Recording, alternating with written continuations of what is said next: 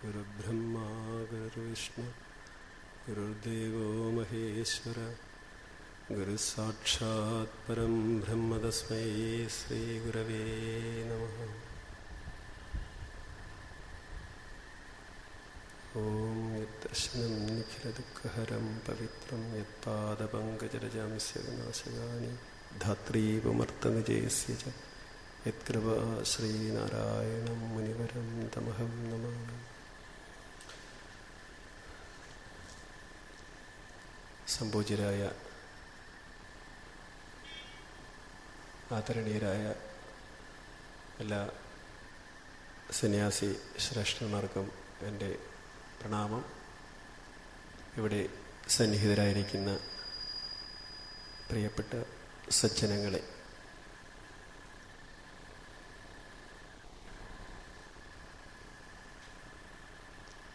പ്രൗഢവും ആലോചനാമൃതവുമായ ഏതാനും ദിവസങ്ങൾ ഭാഗവത തത്വ വിചാരത്തിലൂടെ കടന്നുപോയി കഴിഞ്ഞു.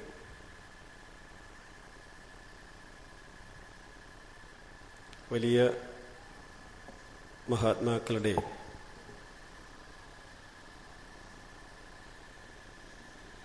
പല വിധത്തിലുള്ള പ്രവചനങ്ങളാൽ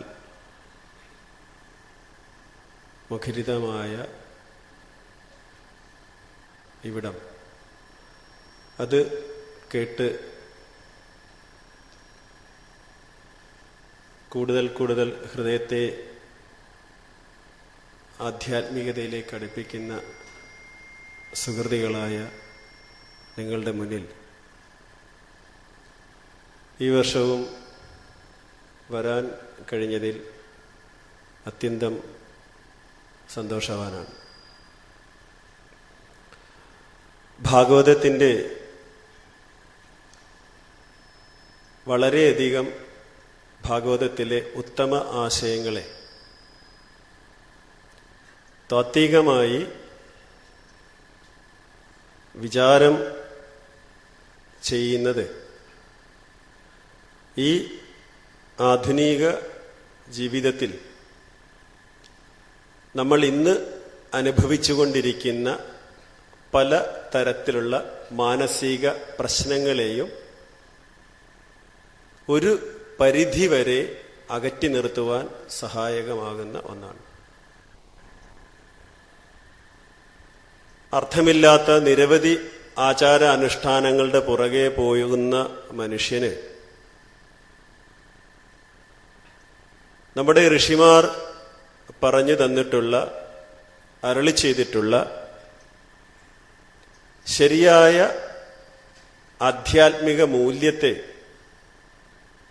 ആർജിക്കുവാനുള്ള, നേടുവാനുള്ള ഈ വിജ്ഞാന സദസ്സ് കേരളത്തിന്റെ തന്നെ മത സാമുദായിക സംഘർഷത്തെ ലഘൂകരിക്കുവാൻ കഴിഞ്ഞിട്ടുണ്ട് എന്നുള്ളതും ഒരു പരമാർത്ഥമാണ്.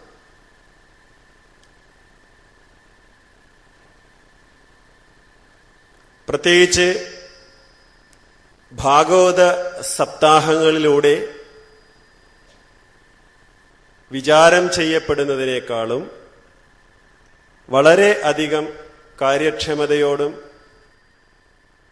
ആത്മാർത്ഥതയോടും കൂടി ഇവിടുത്തെ ഈ സത്രം നടക്കുകയും ഇവിടെ അത്തരത്തിലുള്ള വിവേകികളായ ശ്രോതാക്കൾ എത്തിച്ചേരുകയും ചെയ്യുമ്പോൾ തീർച്ചയായും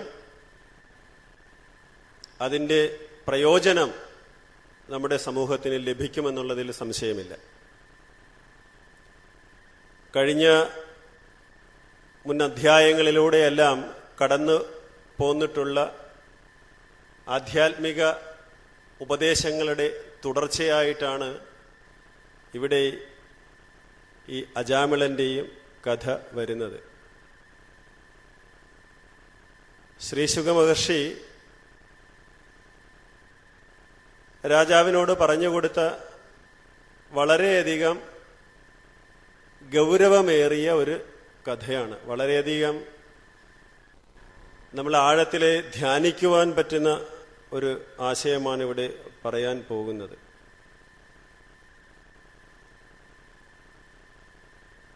ഈശ്വരജ്ഞാനമില്ലാതെ, ശരിയായ ജീവിത ലക്ഷ്യത്തെക്കുറിച്ച് തിരിച്ചറിവില്ലാതെ, മോഹബദ്ധരായി ഹൃദയത്തെ അറിഞ്ഞോ അറിയാതെയോ പാപത്തിലേക്ക് നയിക്കുന്ന അനേകം സന്ദർഭങ്ങൾ ജീവിതത്തിൽ നമ്മൾ എത്തിച്ചേരാറുണ്ട്. ജ്ഞാനം, ഈശ്വരജ്ഞാനം ഒന്നുകൊണ്ട് മാത്രമേ അത്തരത്തിലുള്ള ഹൃദയത്തിലെ അഴുക്കിനെ ഇല്ലാതാക്കാൻ കഴിയുകയുള്ളൂ എന്നാണ് ഇവിടെ ശ്രീ ശുക ബ്രഹ്മർഷി പറയാൻ ശ്രമിക്കുന്നത് ഒരു സുന്ദരമായ കഥയിലൂടെ. ജീവിതത്തിലെ നരകയാതന, കഷ്ടപ്പാടിനെ ഇല്ലാതാക്കുവാനുള്ള ഒരു വഴി.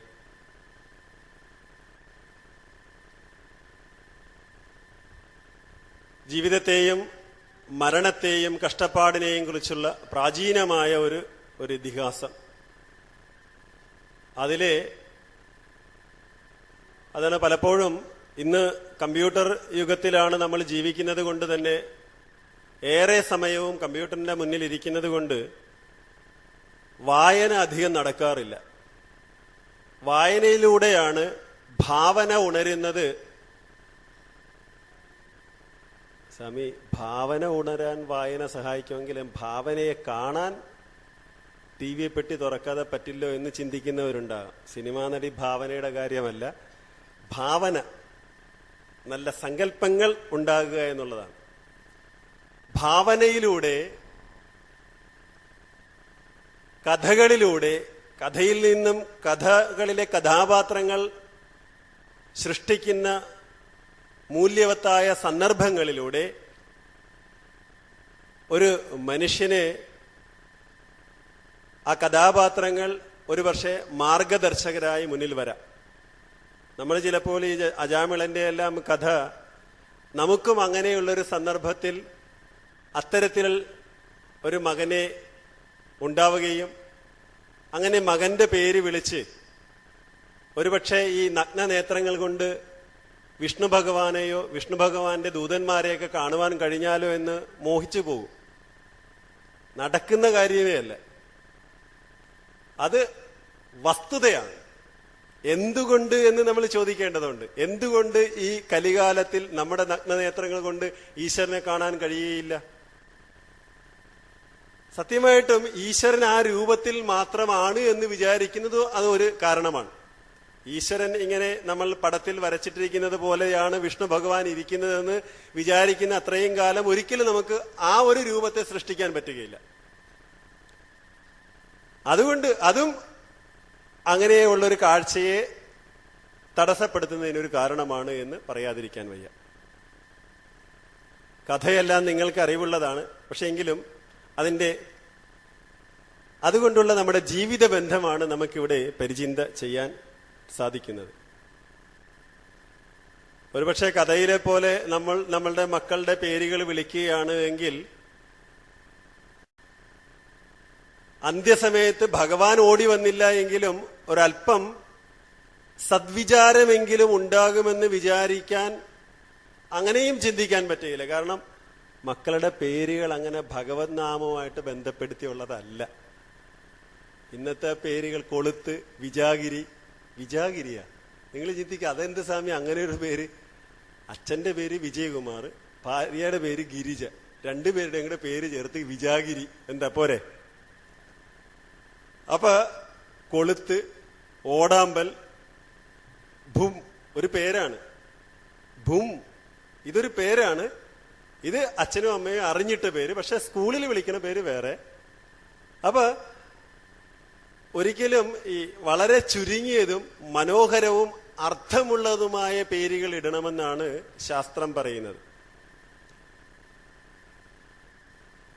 അതുകൊണ്ട് തന്നെ ഈശ്വരനുമായിട്ട് ബന്ധപ്പെടുത്തിയുള്ള പേരുകൾ അല്ലാത്തതുകൊണ്ട് അവസാന കാലത്തിൽ മക്കളെ വിളിച്ച് എങ്കിലും ഈശ്വര സ്മരണ ഉണ്ടാക്കി കളയാമെന്ന് വിചാരിച്ചാൽ അത് നടക്കില്ല. അതുകൊണ്ട് ആലോചിച്ചോണം, ഈശ്വരസ്മരണ അന്ത്യകാലത്തെങ്കിലും ഉണ്ടാകണമെങ്കിൽ ഭാഗവതത്തിലെയും ഉപനിഷത്തുകളിലെയും ഒക്കെ നിറയെ കഥാപാത്രങ്ങളുടെ പേരുകളെങ്കിലും മക്കൾക്ക് ഇട്ടുകൊടുക്കുവാനായിട്ടൊന്ന് ആലോചിക്കുന്നത് നല്ലതായിരിക്കും. പണ്ട് കാലത്ത് അത്തരത്തിലുള്ള പേരുകൾ ഉണ്ടായിരുന്നു.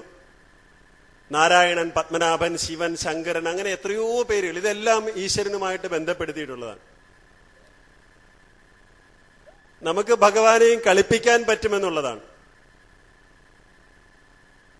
ഒരുപക്ഷെ ഈശ്വരനെ കുറിച്ചുള്ള പേര് ആണ് എന്ന് വിചാരിച്ചിട്ട് ഭഗവാൻ, മക്കളെയാണ് വിളിക്കുന്നതെങ്കിലും ഭഗവാനെയും തെറ്റിദ്ധരിപ്പിക്കാൻ ഭഗവാൻ വിചാരിച്ചു നോക്കൂ, എത്ര ഒരു അമളിയാണ് ഭഗവാന് പറ്റിയത്, എന്നെയാണ് വിളിച്ചതെന്ന് വിചാരിച്ചിട്ട് ഭഗവാൻ തന്റെ ശിഷ്യഗണങ്ങളെ വിടുകയാണ്. നോക്കണേ, കാലം പോയ പോക്കെ. അന്നും ഇത്തരത്തിലുള്ള അബദ്ധങ്ങൾ ഭഗവാനും പറ്റുമെന്നുള്ളത് തന്നെയാണ്. ഭഗവാനെ അല്ല വിളിച്ചത്, മകനെയാണ് വിളിച്ചത്. പക്ഷെ എങ്കിലും ഭഗവാനുമായിട്ട് സാമ്യമുണ്ടായിരുന്നത് കൊണ്ട് ഭഗവാൻ തന്റെ ഭൂതഗണങ്ങളെ പറഞ്ഞയക്കുകയാണ്.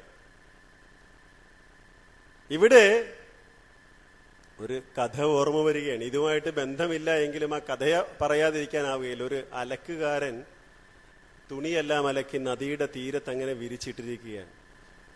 അയാൾ എപ്പോഴും ശിവമന്ത്രം ജപിച്ചുകൊണ്ടിരിക്കുക പതിവാണ്.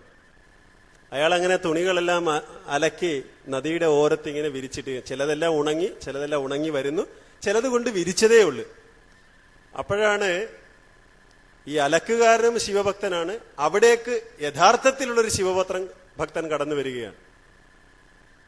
അയാള് സർവ്വത എഴുന്നേറ്റാൽ ഉറങ്ങുന്നത് വരെ ശിവമന്ത്രം ജപിക്കും. ഈ അലക്കുകാരനാകട്ടെ കാലത്ത് കുറച്ചു നേരം ശിവനെ പ്രാർത്ഥിക്കും, പിന്നെ ഉറങ്ങുന്ന നേരത്ത് ബാക്കിയുള്ള സമയം മുഴുവൻ അയാളുടെ ജോലിയിലാണ്. ഈ നടന്നു വരുന്ന ഭക്തൻ 24 മണിക്കൂറും ഉറക്കത്തിൽ പോലും ശിവമന്ത്രം ജപിക്കുന്ന ആളാണ്. അത്രത്തോളം അയാൾ ശിവഭക്തിയിൽ മുഴുകി നടക്കുന്നതാണ്. അയാൾ ഇങ്ങനെ ശിവനെ ജപിച്ചുകൊണ്ട് നദീതീരത്തൂടെ ഇങ്ങനെ പോകുമ്പോൾ ഈ തുണികൾ അലക്കി വിരിച്ചിരിക്കുന്നത് കാണുന്നേയില്ല. അയാൾ അതിന്റെ പുറത്തുകൂടെ നടന്നു പോവുകയാണ്. അലക്കുകാരൻ തിരിഞ്ഞു നോക്കുമ്പോൾ താൻ അലക്കി വിരിച്ചിട്ട തുണിയുടെ മുകളിൽ അഴുക്ക് നിറഞ്ഞ കാൽപ്പാടുകൾ. അയാൾക്ക് ദേഷ്യം വന്ന് അയാള് ഈ ശിവഭക്തനെ തല്ലുവാൻ വേണ്ടി എഴുന്നേറ്റ് ചെല്ലുകയുണ്ടായി. പാർവതി ദേവിയുടെ മനസ്സ് വേദനിച്ചു. ശിവഭഗവാനെ തോണ്ടി വിളിച്ചിട്ട് പറഞ്ഞ്, അങ്ങ് പോയി രക്ഷിക്കുക, അങ്ങയുടെ ഭക്തനാണ്, ഇപ്പൊ അടി വാങ്ങും, ചെല്ലാൻ പറഞ്ഞു. ശിവഭഗവാൻ അറിയാമല്ലോ, ശിവൻ എപ്പോഴും ഗാഠമായ ധ്യാനത്തിൽ മുഴുകിയിരിക്കുക. അദ്ദേഹം യോഗിയാണ്. ഇതൊന്നും കേട്ട് കുലുങ്ങിയില്ല. ഇങ്ങനെ എത്രയോ പ്രലോഭനങ്ങൾ നീ എന്നോട് പറഞ്ഞിട്ടുണ്ട്, അങ്ങനെ നീ ഭാര്യയാണ്, നിനക്ക് എന്റെ പകുതി ശരീരം പകത്ത് തന്നിട്ടുണ്ട് എന്ന് വെച്ച് നീ പറയുന്ന എല്ലാം അനുസരിക്കാൻ സാധ്യമല്ല. എന്നെ കണ്ടാണ് ലോകത്തുള്ള എല്ലാ ജനങ്ങളും പഠിക്കേണ്ടത്. അവരും ഭാര്യാഭർത്താക്കന്മാർ ആയിട്ട് ജീവിക്കുന്നവർ ഇതുപോലെ ഭാര്യയുടെ പ്രലോഭനങ്ങളിൽ പെട്ട് നട്ടം തിരിഞ്ഞ് വഴിയാധാരമായി വഴിയിൽ മരിച്ചു വീണ് എത്രയോ പാവങ്ങളുണ്ട്. അതുകൊണ്ട് നീ ഇങ്ങനെ പറഞ്ഞതൊന്നും കേട്ട് ഞാൻ അനങ്ങുകയില്ല, അശയുകയില്ല എന്ന് പറഞ്ഞുകൊണ്ട് അദ്ദേഹം എങ്ങനെ ഇരിക്കാം. പക്ഷെ എങ്കിലും പാർവതി ദേവി ഈ ഭക്തനോടുള്ള സ്നേഹം കൊണ്ട് അങ്ങയുടെ ഭക്തൻ ഇപ്പൊ അടി വാങ്ങും, പോകാൻ പറയണം. അങ്ങനെ ശിവൻ ഗത്യന്തരമില്ലാതെ എഴുന്നേറ്റ് പോയിട്ട് വേഗം തിരിച്ചു വന്ന് സ്വസ്ഥാനത്തിരുന്നു. അപ്പൊ പാർവതി ദേവി ചോദിച്ചു, അങ്ങെന്താണ്, അങ്ങയുടെ ശിഷ്യനെ രക്ഷിച്ചില്ലേ? ഞാൻ രക്ഷിക്കാൻ വേണ്ടി അവിടെ ചെന്നതാണ്. ചെന്നപ്പോൾ അവൻ ഒരു കൊമ്പും എടുത്തുകൊണ്ട് തിരിഞ്ഞു നിൽക്കുന്നതാണ് കണ്ടത്. ഭഗവാന്റെ നാമം 24 മണിക്കൂറും ജപിച്ചുകൊണ്ടിരിക്കുന്ന ആ ഭക്തനെ അടിക്കുവാൻ വേണ്ടി മറ്റൊരുത്തൻ വരുന്നത് കണ്ട് ഭഗവാൻ ഇയാളെ രക്ഷിക്കുവാൻ വേണ്ടി ചെല്ലുകയാണ്. ചെല്ലുമ്പോൾ ശിവശിവ മന്ത്രമെല്ലാം ദൂരെ കളഞ്ഞിട്ട് അയാൾ ഒരു കല്ലും എടുത്തുകൊണ്ട് നല്ലൊരു കമ്പും എടുത്തുകൊണ്ട് നിൽക്കുകയാണ്. ഇതാണ് നമ്മുടെ എല്ലാം ഭക്തി. ഇതുപോലുള്ളൊരവസ്ഥയല്ല വേണ്ടത്. എന്ന് വെച്ചാൽ ഏതെങ്കിലും ഒരു പ്രതിസന്ധി ഉണ്ടാകുമ്പോൾ ഈശ്വരനാമം എല്ലാം ദൂരെ കളഞ്ഞ് നിൽക്കുന്നൊരവസ്ഥയല്ല വരേണ്ടത്. ഇവിടെ അജാമിളന്റെ കഥ അതല്ല സൂചിപ്പിക്കുന്നത്. ആത്മാർത്ഥ ഉള്ളിന്റെ ഉള്ളിൽ സംസ്കാരം അങ്ങനെ മുറ്റി നിൽക്കുന്നത് കൊണ്ട് അത് വെളിപ്പെടുന്നതിനെയാണ് ഇവിടെ സൂചിപ്പിക്കുന്നത്. ഇന്ന് അച്ഛനമ്മമാരെ അങ്ങനെ വിളിക്കാൻ സാധിക്കുകയില്ല. അതിനും ഒരു കാരണമുണ്ട്. മക്കളോടൊത്തല്ല അച്ഛനമ്മമാർ അവസാന കാലത്ത് കഴിയുന്നത്. നമുക്കറിയാം ഓരോ ദിവസത്തെ വർത്തമാന പത്രമാധ്യമങ്ങളിലൂടെ നമ്മൾ അറിയുന്നത് മക്കൾ അച്ഛനമ്മമാർ വയസ്സാകുമ്പോൾ അവരെ കൊണ്ടുപോയി വൃദ്ധസദനത്തിൽ താമസിപ്പിക്കുകയാണ്. സർക്കാരിന്റെ വൃദ്ധസദനങ്ങൾ ഓരോ ജില്ലയിലും കൂടിക്കൊണ്ടിരിക്കുകയാണ്. പ്രൈവറ്റ് സ്ഥാപനങ്ങളും വൃദ്ധസദനങ്ങൾ കൂട്ടിക്കൊണ്ടിരിക്കുകയാണ്. അതുകൊണ്ട് അച്ഛനമ്മമാർ വയസ്സാകുമ്പോൾ വൃദ്ധസദനത്തിൽ ആയതുകൊണ്ട് മക്കളെ വിളിക്കാൻ പറ്റുകയില്ല, നേഴ്സിനെയാണ് വിളിക്കാൻ പറ്റുന്നത്. നേഴ്സിനെ വിളിച്ചാലൊന്നും ഭഗവാൻ വരികയില്ല. ഭഗവാൻ വരണമെങ്കിൽ ഭഗവാന്റെ പേരുള്ള മക്കളെങ്കിലും വിളിക്കാൻ മക്കൾ അടുത്തുണ്ടാവണം. മക്കളടുത്തില്ല. മക്കൾക്ക് അച്ഛനമ്മമാരെ വേണ്ട, അച്ഛനമ്മമാർക്ക് മക്കളെയും വേണ്ട. കാരണം അച്ഛന്റെ വലിയ പെൻഷൻ മകന് കൊടുക്കാൻ ഇഷ്ടമില്ലാത്തത് കൊണ്ട് തന്നെ അച്ഛൻ മാറി താമസിക്കാം. ഇനി അച്ഛന്റെ ശല്യം സഹിക്കവയ്യാത്തത് കൊണ്ട് അച്ഛന്റെ വേഷവും പ്രായവും രൂപവും അന്തസ്സിന് ചേർന്നതല്ല എന്ന് വിചാരിക്കുന്ന ആധുനിക വിദ്യാഭ്യാസത്താൽ അന്ധനായിരിക്കുന്ന മകനും അച്ഛന് ഇഷ്ടമല്ലാത്തത് കൊണ്ട് അച്ഛനെ കൂടെ താമസിക്കാൻ പറ്റാത്തത് കൊണ്ട് നേരെ കൊണ്ടുപോയി വൃദ്ധസദനത്തിൽ താമസിപ്പിക്കും. ഇന്നത്തെ സ്ഥിതി അതായതുകൊണ്ട് നേഴ്സിനെ വിളിച്ചുകൊണ്ട് ഈശ്വരൻ വരിക എന്ന് പറയുന്നത് സാധ്യമല്ല. അപ്പൊ ഇത് ഈ കഴിഞ്ഞ ദിവസം അദ്വൈതാശ്രമത്തിൽ വൈകുന്നേരം ഒരു 7 മണിയോടുകൂടി വില കൂടിയ 2 വാഹനങ്ങളിലായി മക്കൾ തൻ്റെ അമ്മയെയും കൊണ്ട് വന്നിരിക്കുകയാണ്. 2-3 മാസം മുമ്പ് എനിക്ക് ഫോൺ ചെയ്തതായിട്ട് എനിക്കൊരു ചെറിയ ഓർമ്മയുണ്ട്. ഒരാൾ വിളിച്ചിട്ട് ഇങ്ങനെ പറഞ്ഞത്. പക്ഷെ ഞാനത് വിട്ടുകളഞ്ഞു. പിന്നീട് എന്നെ വിളിക്കുകയുണ്ടായില്ല. പക്ഷെ ഏതാനും ആഴ്ചകൾക്ക് മുമ്പ് വൈകുന്നേരത്തിൽ ഒരു വില കൂടിയ കാറ് 2 കാറിലായിട്ട് ഒരു പെൺകുട്ടിയും 2 പുരുഷന്മാരും വന്നു. ഇത് ആ അമ്മയുടെ മക്കളാണ്. അമ്മയും ഉണ്ട്. ഒരു ബാഗും 1.5 പവന്റെ ഒരു സ്വർണ്ണമാലയും ഉണ്ട് അമ്മയുടെ കഴുത്തിൽ. അമ്മയെ കൈക്ക് പിടിച്ച് ആശ്രമത്തിൽ കൊണ്ടുവന്നിട്ട്, സ്വാമി അന്ന് പറഞ്ഞത് സ്വാമി ഓർക്കുന്നുണ്ടോ? ഞാൻ പറഞ്ഞു ഞാൻ ഓർക്കുന്നില്ല. സ്വാമിയോട് ഒരിക്കൽ ഞാൻ ഫോൺ ചെയ്തിരുന്നു. എൻ്റെ പേര് ശങ്കരൻ. അമ്മയെ താമസിപ്പിക്കണ കാര്യം പറഞ്ഞിരുന്നല്ലോ. ഈ അറവുശാലയിൽ നിന്ന് ഓടി രക്ഷപ്പെട്ട ആട്ടിൻകുട്ടിയുടെ മുഖമാണ് അമ്മയ്ക്ക്. സ്വന്തം മക്കളോടൊത്ത് വന്നിരിക്കുകയാണ്. എന്റെ മുഖത്തേക്കാണ് ആ അമ്മ പ്രതീക്ഷയോട് നോക്കണത്, സ്വന്തം മക്കളുടെ മുഖത്തേക്കല്ല. വയസ്സാകുമ്പോൾ മക്കളിൽ ഒരു പ്രതീക്ഷ കാണാറുണ്ട് അച്ഛനമ്മമാർ. എന്റെ മോൻ എന്റെ മടിയിൽ 1ഉം 2ഉം കഴിച്ച് ഞാൻ അവനെ അരിമയോട് വളർത്തി ലാളിച്ച് പാല് കൊടുത്ത് ഭക്ഷണം കൊടുത്ത് ആരോഗ്യസമൃദ്ധമായി എല്ലാം കൊടുത്ത് വിദ്യാഭ്യാസം കൊടുത്ത് ഇനി ഇവന്റെ തണലിൽ ആശ്വാസത്തോട് കഴിയേണ്ടതാണ് ഞാൻ എന്ന് വിചാരിക്കുന്ന അമ്മ, ആ അമ്മയെ ദാ ഒരു പരിചയവുമില്ലാത്ത കാവ്യവേഷധാരിയായ ഒരു സന്യാസിയുടെ മുന്നിൽ ഒരു ആശ്രമത്തിൽ കൊണ്ടുവന്ന് നിർത്തുകയാണ്. സ്വാമി അമ്മയെ ഞങ്ങൾക്ക് വേണ്ട. ആലോചിച്ചു നോക്ക്. ആ അമ്മയുടെ മുഖത്തെ ദൈന്യത, ആ അമ്മയുടെ മുഖത്തെ കാണുന്ന എന്നിൽ അർപ്പിക്കുന്ന പ്രതീക്ഷ. എന്തൊക്കെയാണെങ്കിലും ആ അമ്മയെ ഉപേക്ഷിക്കാൻ പാടില്ല. അമ്മയാണ് നമ്മുടെ ദൈവം. എന്തുകൊണ്ട് അവരങ്ങനെ ഒരു തീരുമാനമെടുത്തു? ഞാൻ അങ്ങ് പറവൂരിൽ പാലാത്തുരുത്ത് എന്ന് പറയുന്ന ഒരു സ്ഥലത്തുള്ള ഒരു ആശ്രമത്തിൽ എന്റെയും കൂടെ ഉത്സാഹപൂർവ്വമായിട്ട് തുറന്നിരിക്കുന്ന ഒരു വൃദ്ധസദനത്തിലെ പവിത്രൻ ചേട്ടനെ വിളിച്ചു. 7-7:30 ആയപ്പോൾ അയാൾ കാറുമായിട്ട് വന്ന് ഈ അമ്മയും കൂട്ടിക്കൊണ്ടുപോയി. മക്കള് യാതൊരു വിധത്തിലുള്ള സങ്കോചവും ഇല്ലാതെ അവര് തിരിച്ചുപോയി. പിന്നീട് ഇതുവരെ അന്വേഷിച്ചിട്ടില്ല ആ അമ്മയെ. അമ്മയുടെ പേരിൽ 1.5 ലക്ഷം രൂപ മക്കള് 3 പേരും കൂടെ കൊടുത്തിട്ടുണ്ട്, 50,000 വെച്ച്. ഇതേ ഉള്ള അമ്മയുടെ വില 1.5 ലക്ഷം രൂപ ഒരമ്മയുടെ വിലയാ. ആലോചിക്കേണ്ട കാര്യമാണ്. എന്തുകൊണ്ട് മക്കൾ അടുത്തുണ്ടാകുന്നില്ല? ഇതാണ് ഇവിടെ ചിന്തനീയമായ വിഷയം. നമ്മുടെ കർമ്മങ്ങൾ, നമ്മുടെ ചെയ്തികൾ ശുദ്ധമല്ലാത്തത് കൊണ്ടാണ് നാം അധർമ്മ മാർഗത്തിൽ സഞ്ചരിക്കേണ്ടി വരുന്നത്.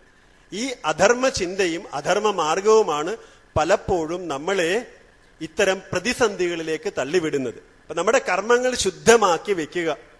വിഷയഭോഗങ്ങളിൽ മുങ്ങിയ അജാമിളന്റെ കഥയാണ് മോഹവിമുക്തിക്കായിട്ട് ഇവിടെ പറയുന്നത്. വിഷയത്തിൽ മുഴുകി സ്വന്തം അസ്തിത്വത്തെ നശിപ്പിച്ച അജാമിളന്റെ കഥ. പക്ഷെ എങ്കിലും അവസാന നാളിൽ അയാൾ നാരായണൻ എന്ന പേരുച്ചരിക്കുന്നതോടുകൂടി വിഷ്ണു ഭഗവാന്റെ ദൂതന്മാർ അയാളുടെ അടുത്തേക്ക് വരികയാണ്. അങ്ങനെ ജീവിതത്തിൽ ഏതെങ്കിലും സമയത്തോ അല്ലെങ്കിൽ അവസാന സമയത്തെങ്കിലും സായാഹ്നത്തിലെങ്കിലും ഈശ്വരനാമം ജപിച്ചാൽ ഈ അജാമിളന് സംഭവിച്ചതുപോലെ ഒരു സദ്ഗതി. പിന്നീട് ഇദ്ദേഹം വിമാനത്തിലേറി സ്വർഗത്തിലേക്ക് പോകുന്നതാക്കിയിട്ടാണ് കഥ വരുന്നത്. വിമാനത്തിൽ പോകാൻ പറ്റിയില്ലെങ്കിലും സ്വർഗത്തിൽ പോകാൻ പറ്റിയില്ലെങ്കിലും മക്കളോടൊത്ത് സുഖമായിട്ട് ജീവിക്കാൻ പറ്റുന്ന ഒരു സന്ദർഭമെങ്കിലും ഒരാളുടെ അന്ത്യകാലത്തിൽ അയാൾക്കുണ്ടാകണമെങ്കിൽ ഗൃഹസ്ഥാശ്രമത്തിൽ അയാൾ അനുഷ്ഠിക്കേണ്ട ശരിയായ ജീവിത ധർമ്മത്തെ ഇവിടെ സൂചിപ്പിക്കുകയാണ്. ഒരാളുടെ ധർമ്മം പിഴച്ചു പോകുമ്പോൾ സംഭവിക്കുന്നതാണ് അജാമിളന് സംഭവിച്ചിരിക്കുന്നതെന്ന് ഇവിടെ പറയുകയാണ്. ശ്രീനാരായണ ഗുരുദേവൻ ഒരു സ്ഥലത്ത് പറയുന്നുണ്ട്, മോഹമാർന്ന ആത്മഹന്താക്കൾ പോകുന്നു മൃതരായതിൽ. ഈശാവാസ്യ ഉപനിഷത്തിന്റെ പരിഭാഷയിൽ ഗുരു പറയുകയാണ്, മോഹമാർന്ന ആത്മഹന്താക്കൾ പോകുന്നു മൃതരായതിൽ. അജാമിളനും സംഭവിച്ചത് അത് തന്നെയാണ്. മോഹത്താൽ ആസക്തനായി വിഷയഭോഗങ്ങളിൽ കൂപ്പുകുത്തി വീണ് വിഷയഭോഗങ്ങളുടെ കയത്തിലേക്ക് തലകുത്തി വീണിട്ട് ആത്മാവിനെ ഹനിച്ചവനെ പോലെ ജീവിക്കുകയാണ്, ആത്മാവ് നഷ്ടപ്പെട്ടവനെ പോലെ ജീവിക്കുകയാണ്. ആലോചിക്കേണ്ട ഒരു കാര്യമാണ്. നമ്മെ ഇന്ദ്രിയങ്ങളാണോ നയിക്കുന്നത്, വിഷയങ്ങളാണോ നമ്മളെ ജീവിപ്പിക്കാൻ പ്രേരിപ്പിക്കുന്നത്? നമ്മുടെ ജീവിതത്തിൽ നമ്മെ മുന്നോട്ട് നയിക്കുന്നത് വിഷയങ്ങളാണോ, വിഷയദാഹമാണോ, ആശകളാണോ, ആസക്തിയാണോ എന്ന് ചിന്തിക്കേണ്ടതാണ് ഇവിടെ. ആശകളാണ് സ്വാമി, ആശയാണ് എൻ്റെ ജീവിതത്തിന് ഏറ്റവും ദുഃഖമായത്. കാരണം അവളെ സ്നേഹിച്ചതോടുകൂടി അവളെ കെട്ടേണ്ടി വന്നു. ആശ. ഒരു വീട്ടിൽ ഞാൻ സത്സംഗത്തിന് പോകേണ്ട ഒരു വീട്ടിൽ താമസിക്കുകയാണ്. അവിടുത്തെ മകന്റെ ഭാര്യയുടെ പേര് ആശയെന്നാണ്. വൈകുന്നേരം എന്തെങ്കിലും സത്സംഗം ഞങ്ങൾക്ക് ചെയ്യണം എന്നുണ്ട്, അതുകൊണ്ട് 2 വാക്ക് സ്വാമി പറഞ്ഞാൽ കൊള്ളാമെന്ന് വീട്ടുകാരെല്ലാം കൂടി നിർബന്ധിച്ചപ്പോൾ ഞാൻ അവിടുത്തെ കസേരയിലിരുന്ന് ഞാൻ ആദ്യമായിട്ട് പറഞ്ഞ് ആശയാണ് ദുഃഖത്തിന് കാരണം. അപ്പൊ ഷൈൻ, ആശയുടെ ഭർത്താവ് ഷൈൻ, അവിടുത്തെ ചേട്ടന്റെ മകൻ, സ്വാമി നിർത്ത്, കുടുംബ വഴക്കുണ്ടാക്കരുത്, ഇവളെ സ്നേഹിച്ച് കെട്ടിക്കൊണ്ടുവന്നിട്ട് ഞങ്ങൾ സ്വസ്ഥമായിട്ട് കഴിയുകയാണ്. ശരിയാണ്, ആ പേര് പോലെ തന്നെ ആശ, ആസക്തി, ആർത്തി, അത് ദുഃഖത്തിന് കാരണമാണ്. അപ്പൊ ഇവിടെ പറയുന്നത് മോഹമാർന്ന ആത്മഹന്താക്കൾ, ആത്മാവിനെ ഹനിച്ചവർ മോഹത്താൽ അടിമപ്പെട്ട് മൃതരായതിൽ മരിച്ചു ജീവിക്കുന്നു എന്നാണ്. നിങ്ങളുടെ ജീവിതത്തിൽ നിങ്ങൾ ധാരാളം നേടാറുണ്ട്, പണം നേടാറുണ്ട്, കാറ് നേടാറുണ്ട്, സൗകര്യങ്ങൾ നേടാറുണ്ട്. നേടുവാൻ വേണ്ടിയാണ് നിങ്ങൾ കഷ്ടപ്പെടുന്നത്. നേടി നേടി നേടി അനിത്യമ സുഖം ലോകം ഇമം പ്രാപ്യ ഭജസ്വമാം. ഈ അനിത്യമായ ഈ ലോകത്തിൽ എന്ത് സുഖമാണ് നിത്യമായിട്ടുള്ളത്? ഇവിടെ പ്രാപ്യമാം, എന്നെ പ്രാപിക്കുന്നതിന് വേണ്ടി ഭജസ്വ, എന്നെ ഭജിക്കുക. സുഖത്തെ പ്രാപിക്കുന്നതിന്, സുഖം പ്രാപിക്കുന്നതിന് വേണ്ടി മാം ഭജസ്വ, എന്നെ ഭജിക്കുക എന്ന് പറയാൻ. എന്നെ ഭജിച്ചിട്ട് നിങ്ങൾ സുഖത്തെ നേടുക. അനിത്യമായ ഈ ജീവിതത്തിൽ നിങ്ങൾ ശാശ്വതീകരിക്കുവാൻ ആഗ്രഹിക്കുന്നത് എന്താണ്? നിങ്ങൾ ശാശ്വതീകരിക്കുവാൻ ശ്രമിക്കുന്നത് എന്തിനെയാണ്? ഈ ജീവിതത്തിൽ ഒന്നും തന്നെ ശാശ്വതമായി നിങ്ങളോടൊപ്പം നിൽക്കുകയില്ല. നിങ്ങളോടൊപ്പം നിൽക്കുന്നത് നിങ്ങൾ തന്നെയാണ്, നിങ്ങളുടെ അന്തരംഗം തന്നെയാണ്, നിങ്ങളുടെ ആത്മാവ് തന്നെയാണ്. നിങ്ങളുടെ ഉള്ളിൽ നിന്ന് ലഭിക്കുന്ന പ്രൊട്ടക്ഷൻ, സംരക്ഷണമാണ് നിങ്ങൾക്ക് അവസാന കാലത്ത് സുഖം തരുന്നത്. അതുകൊണ്ട് മോഹത്തിന്, അവിദ്യയ്ക്ക്, കാമത്തിന് അടിമപ്പെട്ട് ആത്മാവിനെ നഷ്ടപ്പെട്ടവരെ പോലെ, മരിച്ചവരെ പോലെ ആത്മഹന്താക്കൾ ജീവിക്കുന്നു എന്ന് ഗുരു പറയുന്നത്. ഒരു കുട്ടിയുടെ കഥയുണ്ട്. ഒരു കുട്ടി ദിവസവും കുറച്ച് കാരപ്പഴം പറിച്ചു കൊണ്ടുവന്ന് ഒരമ്മയ്ക്ക് കൊടുത്തിട്ട് അതിന്റെ പണവും വാങ്ങി അവൻ വീട്ടിലേക്ക് പോകും. കാട്ടിൽ പോയി കാരപ്പഴം ശേഖരിച്ചു കൊണ്ടുവന്ന് ഒരമ്മയ്ക്ക് വിൽക്കുകയാണ്. ആ അമ്മ എന്ത് ചെയ്യും? ആ കാരപ്പഴവും എടുത്തുകൊണ്ട് വീട്ടിനകത്തേക്ക് പോയിട്ട് അകത്തെ ത്രാസിൽ കൊണ്ടുപോയി തൂക്കി നോക്കിയിട്ട് പുറത്ത് നിൽക്കുന്ന കുഞ്ഞിനോട് പറയും 1 കിലോ ഉണ്ട്, അല്ലെങ്കിൽ 1 കിലോ 200 ഗ്രാം ഉണ്ട് എന്നൊക്കെ അമ്മ പറയും. അത് കേട്ടിട്ട് ആ കുഞ്ഞ് അത് വിശ്വസിച്ച് ആ അമ്മ കൊടുക്കുന്ന പണവും കൊണ്ടങ്ങ് പോകും. ഒരു ദിവസം ആ അമ്മ പറയാണ്, കുഞ്ഞെ, ഞാൻ ഈ കാരപ്പഴത്തിന്റെ തൂക്കം നിന്നോട് പറയുകയാണ്, അതിൽ ഞാൻ കുറച്ചാണ് പറയുന്നതെങ്കിൽ നീ അറിയുമോ? 1.5 കിലോ ഉണ്ട്, ഞാൻ ഒരു 1.25 കിലോ ഉള്ളൂ എന്ന് പറഞ്ഞാൽ നീ അറിയാൻ പോകുന്നു. അപ്പോൾ ആ പയ്യൻ ആ അമ്മയോട് പറയാണ്, അമ്മേ, എനിക്ക് ചിലപ്പോൾ 1/4 കിലോയോ അല്ലെങ്കിൽ 100 ഗ്രാമോ കാരപ്പഴം നഷ്ടമാകുമായിരിക്കാം, പക്ഷെ അമ്മയ്ക്ക് അമ്മയുടെ മനസാക്ഷിയാണ് നഷ്ടമാകുന്നത്. ശ്രദ്ധിക്കുക, അമ്മയ്ക്ക് അമ്മയുടെ മനസാക്ഷി നഷ്ടപ്പെടുകയാണ്. എന്നോട് അമ്മ പറയുന്ന ഓരോ കള്ളത്തിലും എനിക്ക് നഷ്ടമാകുന്നത് കുറച്ച് കാരപ്പഴമായിരിക്കാം, പക്ഷെ അമ്മയ്ക്ക് നഷ്ടമാകുന്നത് അമ്മയുടെ മൂല്യവത്തായ ഹൃദയമാണ്. അമ്മയുടെ ഹൃദയം നഷ്ടമാകുകയാണ് ഓരോ നിമിഷവും. ആലോചിക്കുക, നമ്മളുടെ ജീവിതത്തിൽ മോഹത്തിന് അടിമപ്പെട്ട് ജീവിക്കുമ്പോൾ നഷ്ടമാകുന്നത് നമ്മുടെ ധന്യമായ സുന്ദരമായ ഈശ്വരൻ വസിക്കുന്ന ഹൃദയമാണ്. ഓരോ നിമിഷത്തിലും മൂല്യരഹിതമായിട്ട് ചിന്തിക്കുകയും ജീവിക്കുകയും ഒക്കെ ചെയ്യുമ്പോൾ സംഭവിക്കുന്നത് നമ്മുടെ ഹൃദയത്തിന്റെ നഷ്ടമാണ്. മോഹത്തിന് അടിമപ്പെട്ട് അമൂല്യമായ ഹൃദയത്തെ നഷ്ടപ്പെടുത്തിക്കൊണ്ട് ജീവിക്കണമോ? ചിന്തിക്കേണ്ട ഒരു വിഷയമാണ്. ഇന്ന് സമൂഹത്തിൽ മൂല്യച്യുതികളാണ് നടന്നുകൊണ്ടിരിക്കുന്നത്. എല്ലാ തുറകളിലും മൂല്യച്യുതിയാണ്. അതിവേഗം ബഹുദൂരം നമ്മുടെ സർക്കാരിന്റെ പ്രഖ്യാപനമാണ്. നമ്മൾ അത് കേട്ട് അതിവേഗം പോകാമെന്ന് വിചാരിച്ചാൽ ഹോസ്പിറ്റലിൽ അഡ്മിറ്റ് ആകേണ്ടി വരും. റോഡിൽ അതിവേഗം പോകാൻ പറ്റുകയില്ല, കാരണം റോഡിന് വീതിയില്ല. എവിടെയും അതിവേഗം പോകാമെന്ന ഈ രാഷ്ട്രീയ മോഹ വാക്കുകളിൽ കുടുങ്ങിപ്പോകരുത്. ഇവിടെ ഭാരതീയ ഋഷി അങ്ങനെയല്ല പറയണത്, ശനൈ പന്ഥ. സർക്കാർ പറയും അതിവേഗം സഞ്ചരിക്കാൻ. എന്തിനാണ്? അതിവേഗം സഞ്ചരിച്ച് എവിടെയെങ്കിലും നശിച്ചു വീണാൽ സർക്കാരിനൊന്നുമില്ല. പക്ഷെ ഇവിടുത്തെ ഋഷി പറയുന്നത് ശനൈ പന്ഥ എന്നാണ്, വേഗം സഞ്ചരിക്കരുതെന്നാണ്, പതിയെ പോകാനാണ്. പതിയെ പോയാൽ ബഹുദൂരം ആരോഗ്യത്തോട് പോകാമെന്നാണ്. സർക്കാരിന്റെ വാഗ്ദാനങ്ങൾ പോലെയല്ല ഋഷിയുടെ വാഗ്ദാനം എന്ന് പറയുകയായിരുന്നു. അപ്പൊ ഇവിടെ ഈ അമ്മയ്ക്ക് നഷ്ടപ്പെടുന്നത് തന്റെ ഹൃദയമാണ്, പക്ഷെ കുഞ്ഞിന് നഷ്ടപ്പെടുന്നത് കുറച്ച് കാരപ്പഴമാണ്. എന്നതുപോലെ ജീവിതത്തിൽ മോഹത്തിന് അടിമപ്പെടുകയാണ് എങ്കിൽ നമ്മുടെ മൂല്യവത്തായ ഹൃദയമാണ് നമുക്ക് നഷ്ടമാകുന്നത്.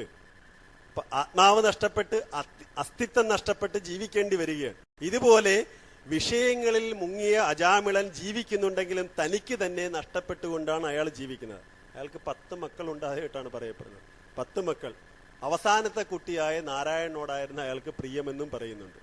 ചില അച്ഛനമ്മമാർക്ക് അങ്ങനെയുണ്ട്, ചില മക്കളോട് പ്രിയമുണ്ട്. എനിക്കറിയാവുന്ന അങ്ങനെ ഒത്തിരി അച്ഛനമ്മമാരുണ്ട്. ജോലിയുള്ള മക്കളോട് പ്രിയം. അത് വേണം, ജോലിയുള്ളവനെ രക്ഷിക്കത്തുള്ളൂ. ജോലിയില്ലാത്തവനെ ആർക്ക് വേണം? മക്കളായതുകൊണ്ട് എന്ത് കാര്യം സ്വാമി? പണമുണ്ടെങ്കിൽ അവൻ എന്നെ രക്ഷിക്കും. സ്നേഹമൊക്കെ ആർക്ക് വേണം? സൗകര്യങ്ങളാണ്. അമ്മയെ ചീത്ത വിളിച്ചാലും AC തിയേറ്ററിൽ ഒരു സിനിമ കാണിക്കാൻ കൊണ്ടുപോകുന്ന മകനോടാണ് അമ്മയ്ക്കിഷ്ടം. അയാളുടെ ഭാര്യ 24 മണിക്കൂറും അമ്മയെ ചീത്ത വിളിക്കുന്നുണ്ടാവും, പക്ഷെ അതൊന്നും കാര്യമല്ല.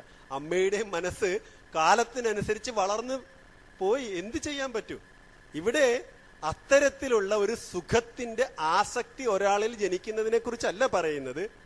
ഇവിടെ അജാമിളന് വിഷയങ്ങളിൽ അജാമിളൻ മുങ്ങി മുഴുകി ജീവിക്കുന്നുണ്ടെങ്കിലും ഇളയ മകനോട്, അവസാനത്തെ പുത്രനോട്, ചിലപ്പോഴങ്ങനെയാണ്, അധികം പ്രായമാകുന്നതിന് മുമ്പ് വിവാഹം കഴിക്കുകയും, പണ്ടൊക്കെ അങ്ങനെയാണ്, ഒത്തിരി മക്കളുണ്ടാകുകയും ചെയ്യും. അവസാനത്തെ മകനോട് അല്ലെങ്കിൽ മകളോട് ഒരു പ്രേമം തോന്നുകയും ചെയ്യാം, സ്വാഭാവികമാണ്. അങ്ങനെ അമ്മമാർക്ക് അങ്ങനെ വല്ല പാർഷ്വാലിറ്റി ഉണ്ടാകുന്നൊന്നും നമുക്കറിയാൻ പറ്റില്ല. അമ്മയുടെ ഹൃദയവും ഈശ്വരന്റെ ഹൃദയം പോലെ പെട്ടെന്ന് അങ്ങ് പിടികിട്ടാൻ പറ്റുന്നതൊന്നുമല്ല, പെട്ടെന്ന് മനസ്സിലാകുകയില്ല അമ്മയുടെ മനസ്സെങ്ങനെയാണെന്ന്.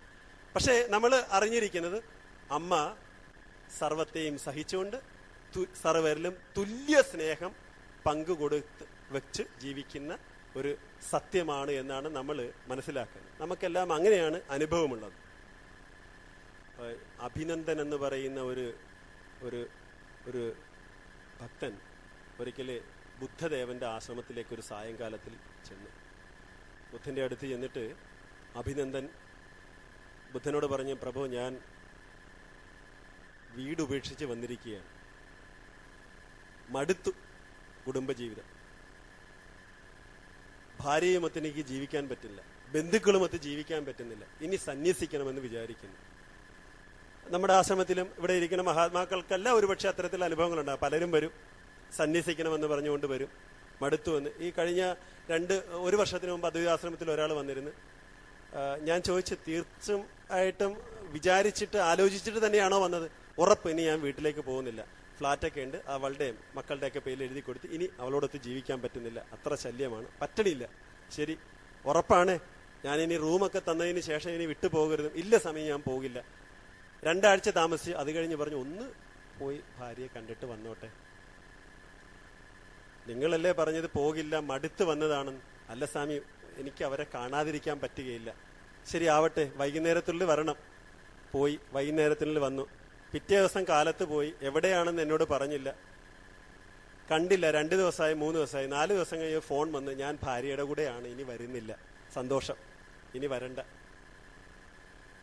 അപ്പൊ നിമിഷ വൈരാഗ്യം കൊണ്ട് പ്രശ്നമുണ്ടായിട്ട് വന്നിരിക്കുകയാണ്. ഈ പ്രശ്നത്തെ തരണം ചെയ്യുവാനായിട്ട് പറ്റുന്നില്ല. വിഷയങ്ങൾ അജാമിളിന് സംഭവിച്ചിരിക്കുന്നതാണ്. വിഷയങ്ങളിൽ അയാൾ മുങ്ങിയെങ്കിലും വിഷയത്തെ വിടാൻ അയാൾക്ക് പറ്റുന്നില്ല. വിടാൻ പറ്റുന്ന അത്രത്തോളം അറ്റാച്ച്മെന്റ് ആണ്. ഇവിടെ അഭിനന്ദൻ ബുദ്ധനെ കാണാൻ വന്നു. ബുദ്ധദേവനോട് പറഞ്ഞു, എനിക്ക് ജീവിതം മടുത്തു, ഇനി ഞാൻ വീട്ടിലേക്കില്ല. ബുദ്ധദേവൻ പറഞ്ഞു, ആവട്ടെ, താമസിച്ചോളൂ. കുറച്ചുനാൾ കഴിഞ്ഞു, 1 മാസം കഴിഞ്ഞപ്പോൾ ബുദ്ധദേവൻ അങ്ങനെ തേജവനത്തിലൂടെ നടക്കുന്ന സമയത്ത് അവിടെ ഒരു മരത്തിന്റെ ചുവട്ടിലായി ഈ അഭിനന്ദൻ അങ്ങനെ നിൽക്കുന്നു. അടുത്തൊരു പട്ടിയുമുണ്ട്, ഒരു പട്ടിക്കുട്ടി. ബുദ്ധദേവൻ അഭിനന്ദനെ അടുത്ത് വിളിച്ചു ചോദിച്ചു, ഇതേതാണ് ആ കുട്ടി? ഈ പട്ടിക്കുട്ടി ഏതാണ്? അത് എന്റെ വീട്ടിലെ പട്ടിയാണ് പ്രഭു. ആ പട്ടിക്കുട്ടിക്ക് എന്നെ വിട്ട് പിരിഞ്ഞ് ജീവിക്കാൻ സാധിക്കയില്ല.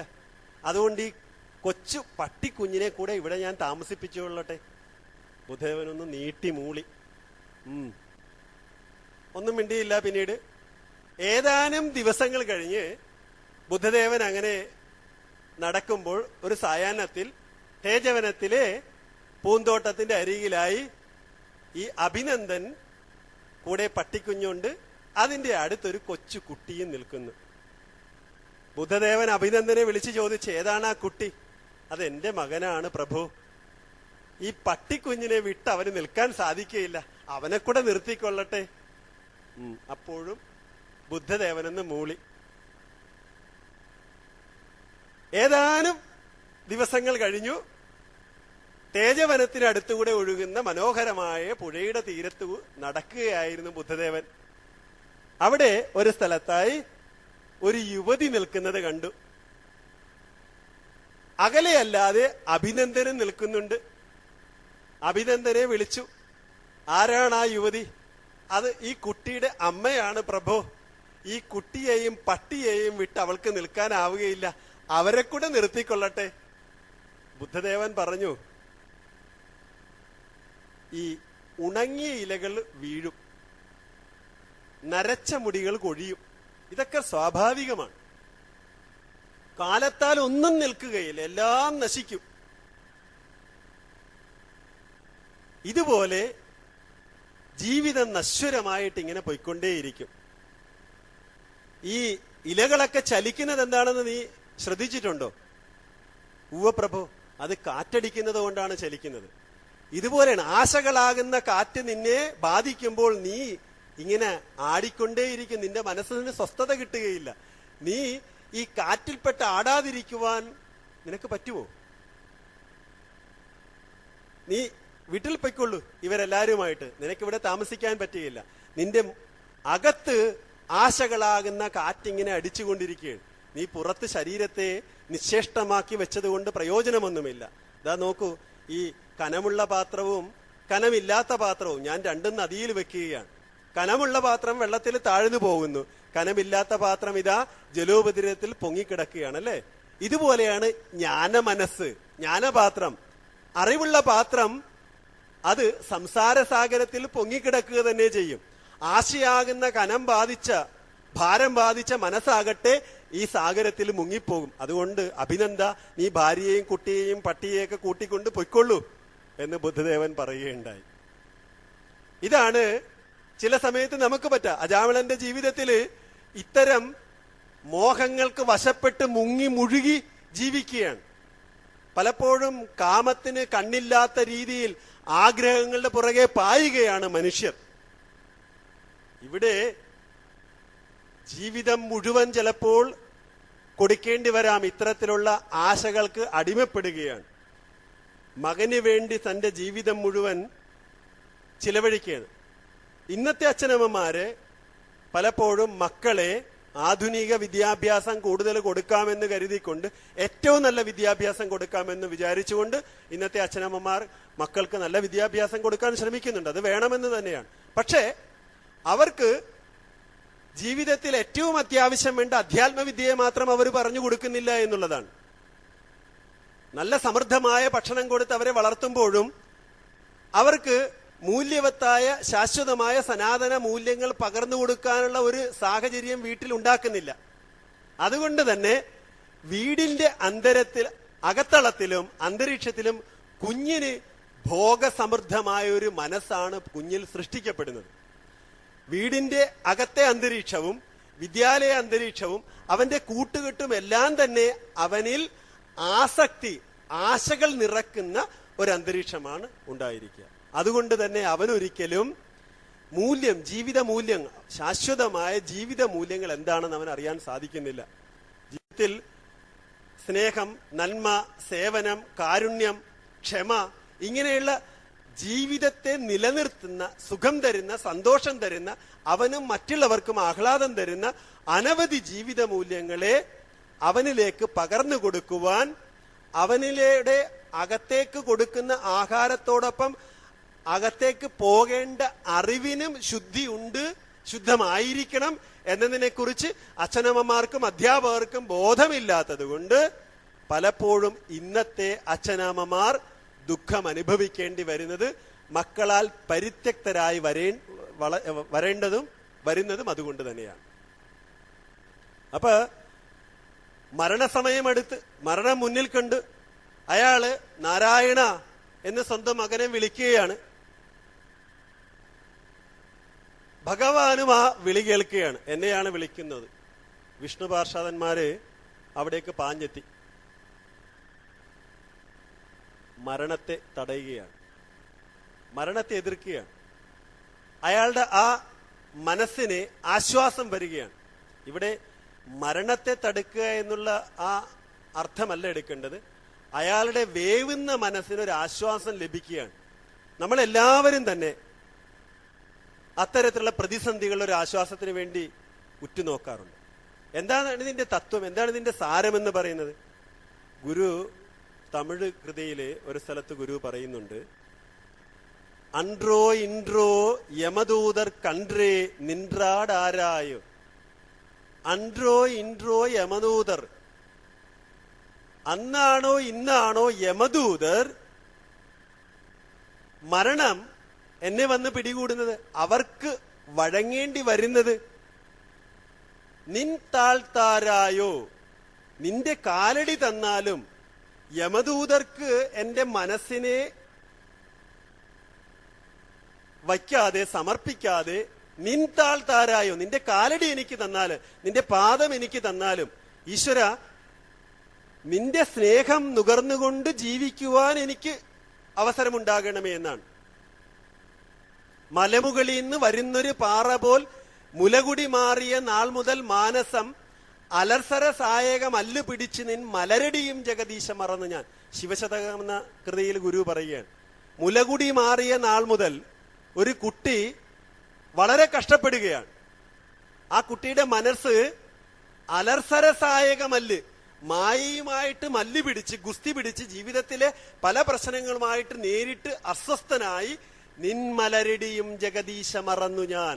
അല്ലയോ ഭഗവാനെ, നിന്റെ മലരടി ഞാൻ മറന്നു പോവുകയാണല്ലോ എന്ന് ചോദിക്കുകയാണ്. അവസാന കാലത്ത് നാമസ്മരണ, ഈശ്വരന്റെ സ്മരണ ഉണ്ടാകണമെങ്കിൽ ശീലമുണ്ടാവണം. എങ്ങനെ? ഈശ്വരനെ സ്മരിക്കുവാനുള്ള ശീലമുണ്ടാകണം. ശീലമുണ്ടാകണമെങ്കിൽ എന്ത് ചെയ്യണം? തുടരെ ധ്യാനിക്കണം. തുടരെ ധ്യാനിച്ചാൽ മാത്രമേ അത് ശീലമായി മാറുകയുള്ളൂ. നാരായണ നാരായണ എന്ന ഈ പയ്യനോടുള്ള പ്രേമം അയാളിൽ ആ വാക്യത്തിൽ ആ നാമത്തെ ഉച്ചരിക്കുവാനുള്ള ശീലമുണ്ടാക്കി. അതുകൊണ്ട് ഭഗവാന്റെ ദാസന്മാർ അവിടേക്ക് എത്തിച്ചേരുകയാണ്. അപ്പോഴാണ് അവിടെ മരണദൂതന്മാർ വന്നു നിൽക്കുന്നത്. അവരെ തടഞ്ഞുകൊണ്ട് ഇയാളെ രക്ഷിക്കുന്നതായിട്ട് കഥ വരികയാണ്. അപ്പം എന്താണ് ശരിക്കും മരണം? എന്താണ് ശരിക്കുള്ള ശരീരനാശമല്ല നമ്മുടെ ആധ്യാത്മിക ഗുരുക്കന്മാർ മരണം എന്നതുകൊണ്ട് ഉദ്ദേശിക്കുന്നത്. പിന്നെന്താണ്? വിഷയങ്ങളിൽ മയങ്ങി ഇന്ദ്രിയങ്ങളുടെ പുറകെ പോയി ബുദ്ധി നശിക്കുന്നതിനെയാണ് മരണം എന്നതുകൊണ്ട് ഉദ്ദേശിക്കുന്നത്. അതുകൊണ്ടാണ് ജീവിച്ച് മരിക്കുന്ന അനേകർ നമ്മുടെ ജീവിതത്തിലുണ്ട്. ജീവിക്കുകയാണെങ്കിലും മരിച്ചു ജീവിക്കുന്നവരായിട്ട്, പലപ്പോഴും ആത്മാവിനെ നഷ്ടപ്പെടുത്തിക്കൊണ്ട് ജീവിക്കുന്നവരായിട്ട്, പണത്തിനും പെണ്ണിനും സ്വത്തിനുമൊക്കെ വേണ്ടി ജീവിതം നശിപ്പിക്കുന്ന അനേക ലക്ഷ്യങ്ങളുണ്ട്. ഇതിനെയാണ് ഇവിടെ മരണമെന്ന് പറയുന്നത്. എല്ലാവർക്കും ഒരിക്കൽ ശരീരം ഉപേക്ഷിച്ചേ പറ്റൂ. ശരീരത്തിൽ ബന്ധിതനല്ല ജീവൻ എന്ന് പറയുന്നത്. ജീവൻ ശരീരത്തിൽ നിന്നും ഭിന്നനാണ്. ശരീരമുണ്ടായതാണ്, ഉടയും ഇരിക്കും, ഒന്നുമാറി തുടരും, ഇതിങ്ങുടലിൻ സ്വഭാവം. ശരീരത്തിന്റെ സ്വഭാവം ഉടയുന്നതാണ്, പരിണമിക്കുന്നതാണ്, നശിക്കുന്നതാണ്, വീണ്ടും ജനിക്കുന്നതാണ്. അഹം അജം അവ്യയം അപ്രമേയം ഏകാദ്വയം. അഹം ഞാൻ, ജീവൻ ഏകനാണ്, അപ്രമേയനാണ്, അദ്വയനാണ്, അങ്ങനെയുള്ള പരബ്രഹ്മമാണ്, പൂർണ്ണനാണ്. ആ ഞാന്, ആ എനിക്ക്, ആ ജീവന്, ആ നിങ്ങൾക്ക്, നിങ്ങളെല്ലാം അത് തന്നെയാണ്. സത്യത്തിൽ ഈശ്വരൻ തന്നെയാണ്, സംശയമില്ല. നിങ്ങളുടെ ഉള്ളിൽ അനാദിയായ ശാശ്വതനായ പുരാണനായ ഈ പരമ്പൊരുൾ നിത്യനായിട്ട് വസിക്കുകയാണ്. എന്തേ ആ ബോധമില്ലാതെ വരുന്നത്? വിഷയം, വിഷയദാഹം, വിഷയപ്രേമം, ആസക്തി, അജ്ഞാനം, അറിവില്ലായ്മ. ഇത് തന്നെയാണ് നിങ്ങളെ ഈ പരമ്പൊരുളിനെ വിസ്മരിക്കുവാൻ കാരണമാക്കിയിരിക്കുന്നത്. അതുകൊണ്ട് തന്നെ ആ വിഷയമാണ് നിങ്ങളെ നയിക്കുന്നത്. ഭഗവത്ഗീത പറയുന്നുണ്ടല്ലോ, ധായതോ വിഷയാൻ പുംസ സംഗസ്തേഷു ഉപജായതേ സംഗാ സഞ്ജായതേ കാമഃ കാമാത് ക്രോധോ വിജായതേ ക്രോധാത് ഭവതി സമ്മോഹ സമ്മോഹാത് സ്മൃതിവിഭ്രമഃ സ്മൃതിഭ്രംശാത് ബുദ്ധിനാശോ ബുദ്ധിനാശാത് പ്രണശ്യതി. വെറും വിഷയങ്ങളെ ആഗ്രഹിക്കുന്നതിന് അവസാനം ബുദ്ധി നശിച്ച് ജീവിതം നശിക്കുന്നതായിട്ട് ഭഗവത്ഗീത താക്കീത് തരികയാണ്.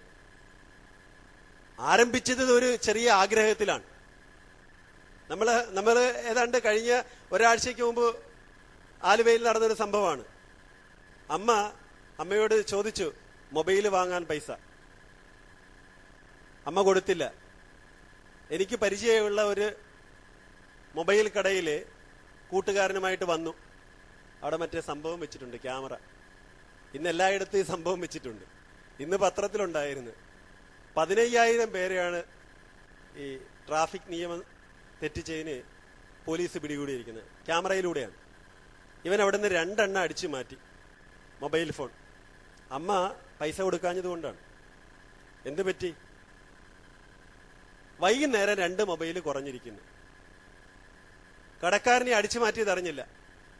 ഇതൊന്ന് റീവൈൻഡ് ചെയ്ത് നോക്കി. പയ്യൻ നോക്കുമ്പോൾ പയ്യൻ അവിടെ അടുത്ത് സ്കൂളിൽ പഠിക്കുന്ന പയ്യനാണ്, പരിചയക്കാരന്റെ മകനാണ്. വീട്ടിൽ ചെന്ന് വൈകുന്നേരം കടക്കാരൻ അച്ഛനെ വിളിച്ച് കാര്യം പറഞ്ഞു. മകനെ വിളിച്ചു. 2 മൊബൈലും തിരിച്ചു വാങ്ങി. ആരോടും അറിയിച്ചില്ല. പക്ഷെ ഇതൊരു ക്ലിപ്പായിട്ട് അവന്റെ മൊബൈൽ കിടക്കുകയാണ്. ആരുടെ? ഈ കടക്കാരന്റെ മൊബൈലിലും പരിചയക്കാരന്റെ മൊബൈലിലല്ല ഈ ക്ലിപ്പ് ഇങ്ങനെ പോയിരിക്കുകയാണ്. പലരും അറിയുന്നുണ്ട്. ഇവന് ഈ മോഹത്താൽ ബാധിച്ച ബുദ്ധിയുടെ നാശമാണ് ഇവിടെ. ഇനി അവന്റെ ജീവിതത്തിൽ തെറ്റുകളുടെ ഒരു പരമ്പര തന്നെ വരാം, അതിനെ നിയന്ത്രിച്ചില്ലെങ്കിൽ. ഇത് ഒരു വിദ്യാർത്ഥിക്ക് പറ്റിയ ചെറിയൊരു പിഴവായിരിക്കാം.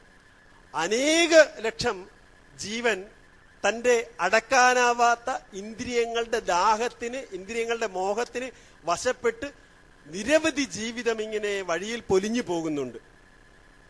അജാമിളൻ എന്ന ആസക്തന് തന്റെ ഇളയ മകൻ മൂലം പ്രത്യാശ ലഭിക്കുകയാണ്, ഒരു പ്രതീക്ഷ ലഭിക്കുകയാണ് ജീവിതത്തിന്റെ ഈ മരണത്തിൽ നിന്ന് രക്ഷപ്പെടാനായിട്ട്. ഈ പ്രത്യാശയാണ് മരണത്തിൽ നിന്നുള്ള തിരിച്ചറിവ്. അയാൾ ഒരു ചെറിയ ഒരു പ്രതീക്ഷ കൊടുക്കുകയാണ്. മരണം മുന്നിൽ കണ്ട അയാളുടെ ഉള്ളിലെ പൂർവജന്മാർജിതമായ ധർമ്മ വാസന തുറക്കുകയാണ്. ധർമ്മചിന്ത ഉടലെടുക്കുകയാണ്. യമകിങ്കരന്മാരും വിഷ്ണുവിന്റെ ദൂതന്മാരും തമ്മിലുള്ള ചർച്ചയൊക്കെ അവിടെ വരുന്നുണ്ട്. അപ്പൊ ഈ ചർച്ചയിലൂടെയെല്ലാം വരുന്ന ഒരു പ്രധാന വിഷയം ധർമ്മം അനുഷ്ഠിക്കുക എന്നുള്ളതാണ്. അധാർമികമായ ജീവിത സാഹചര്യങ്ങളിൽ ധർമ്മത്തെ മുൻനിർത്തിക്കൊണ്ട് ജീവിക്കുക. എന്താണ് ഈ ധർമ്മം എന്ന് ചോദിക്കുന്നുണ്ട്. അപ്പൊ ഉള്ളിലെ ധർമ്മം, ശരിക്കും നമ്മുടെ എല്ലാവരുടെയും ഉള്ളിൽ ഈ ധാർമ്മികതയുണ്ട്. അതിന്റെ വാക്കുകൾ നമ്മൾ കേൾക്കാറില്ല.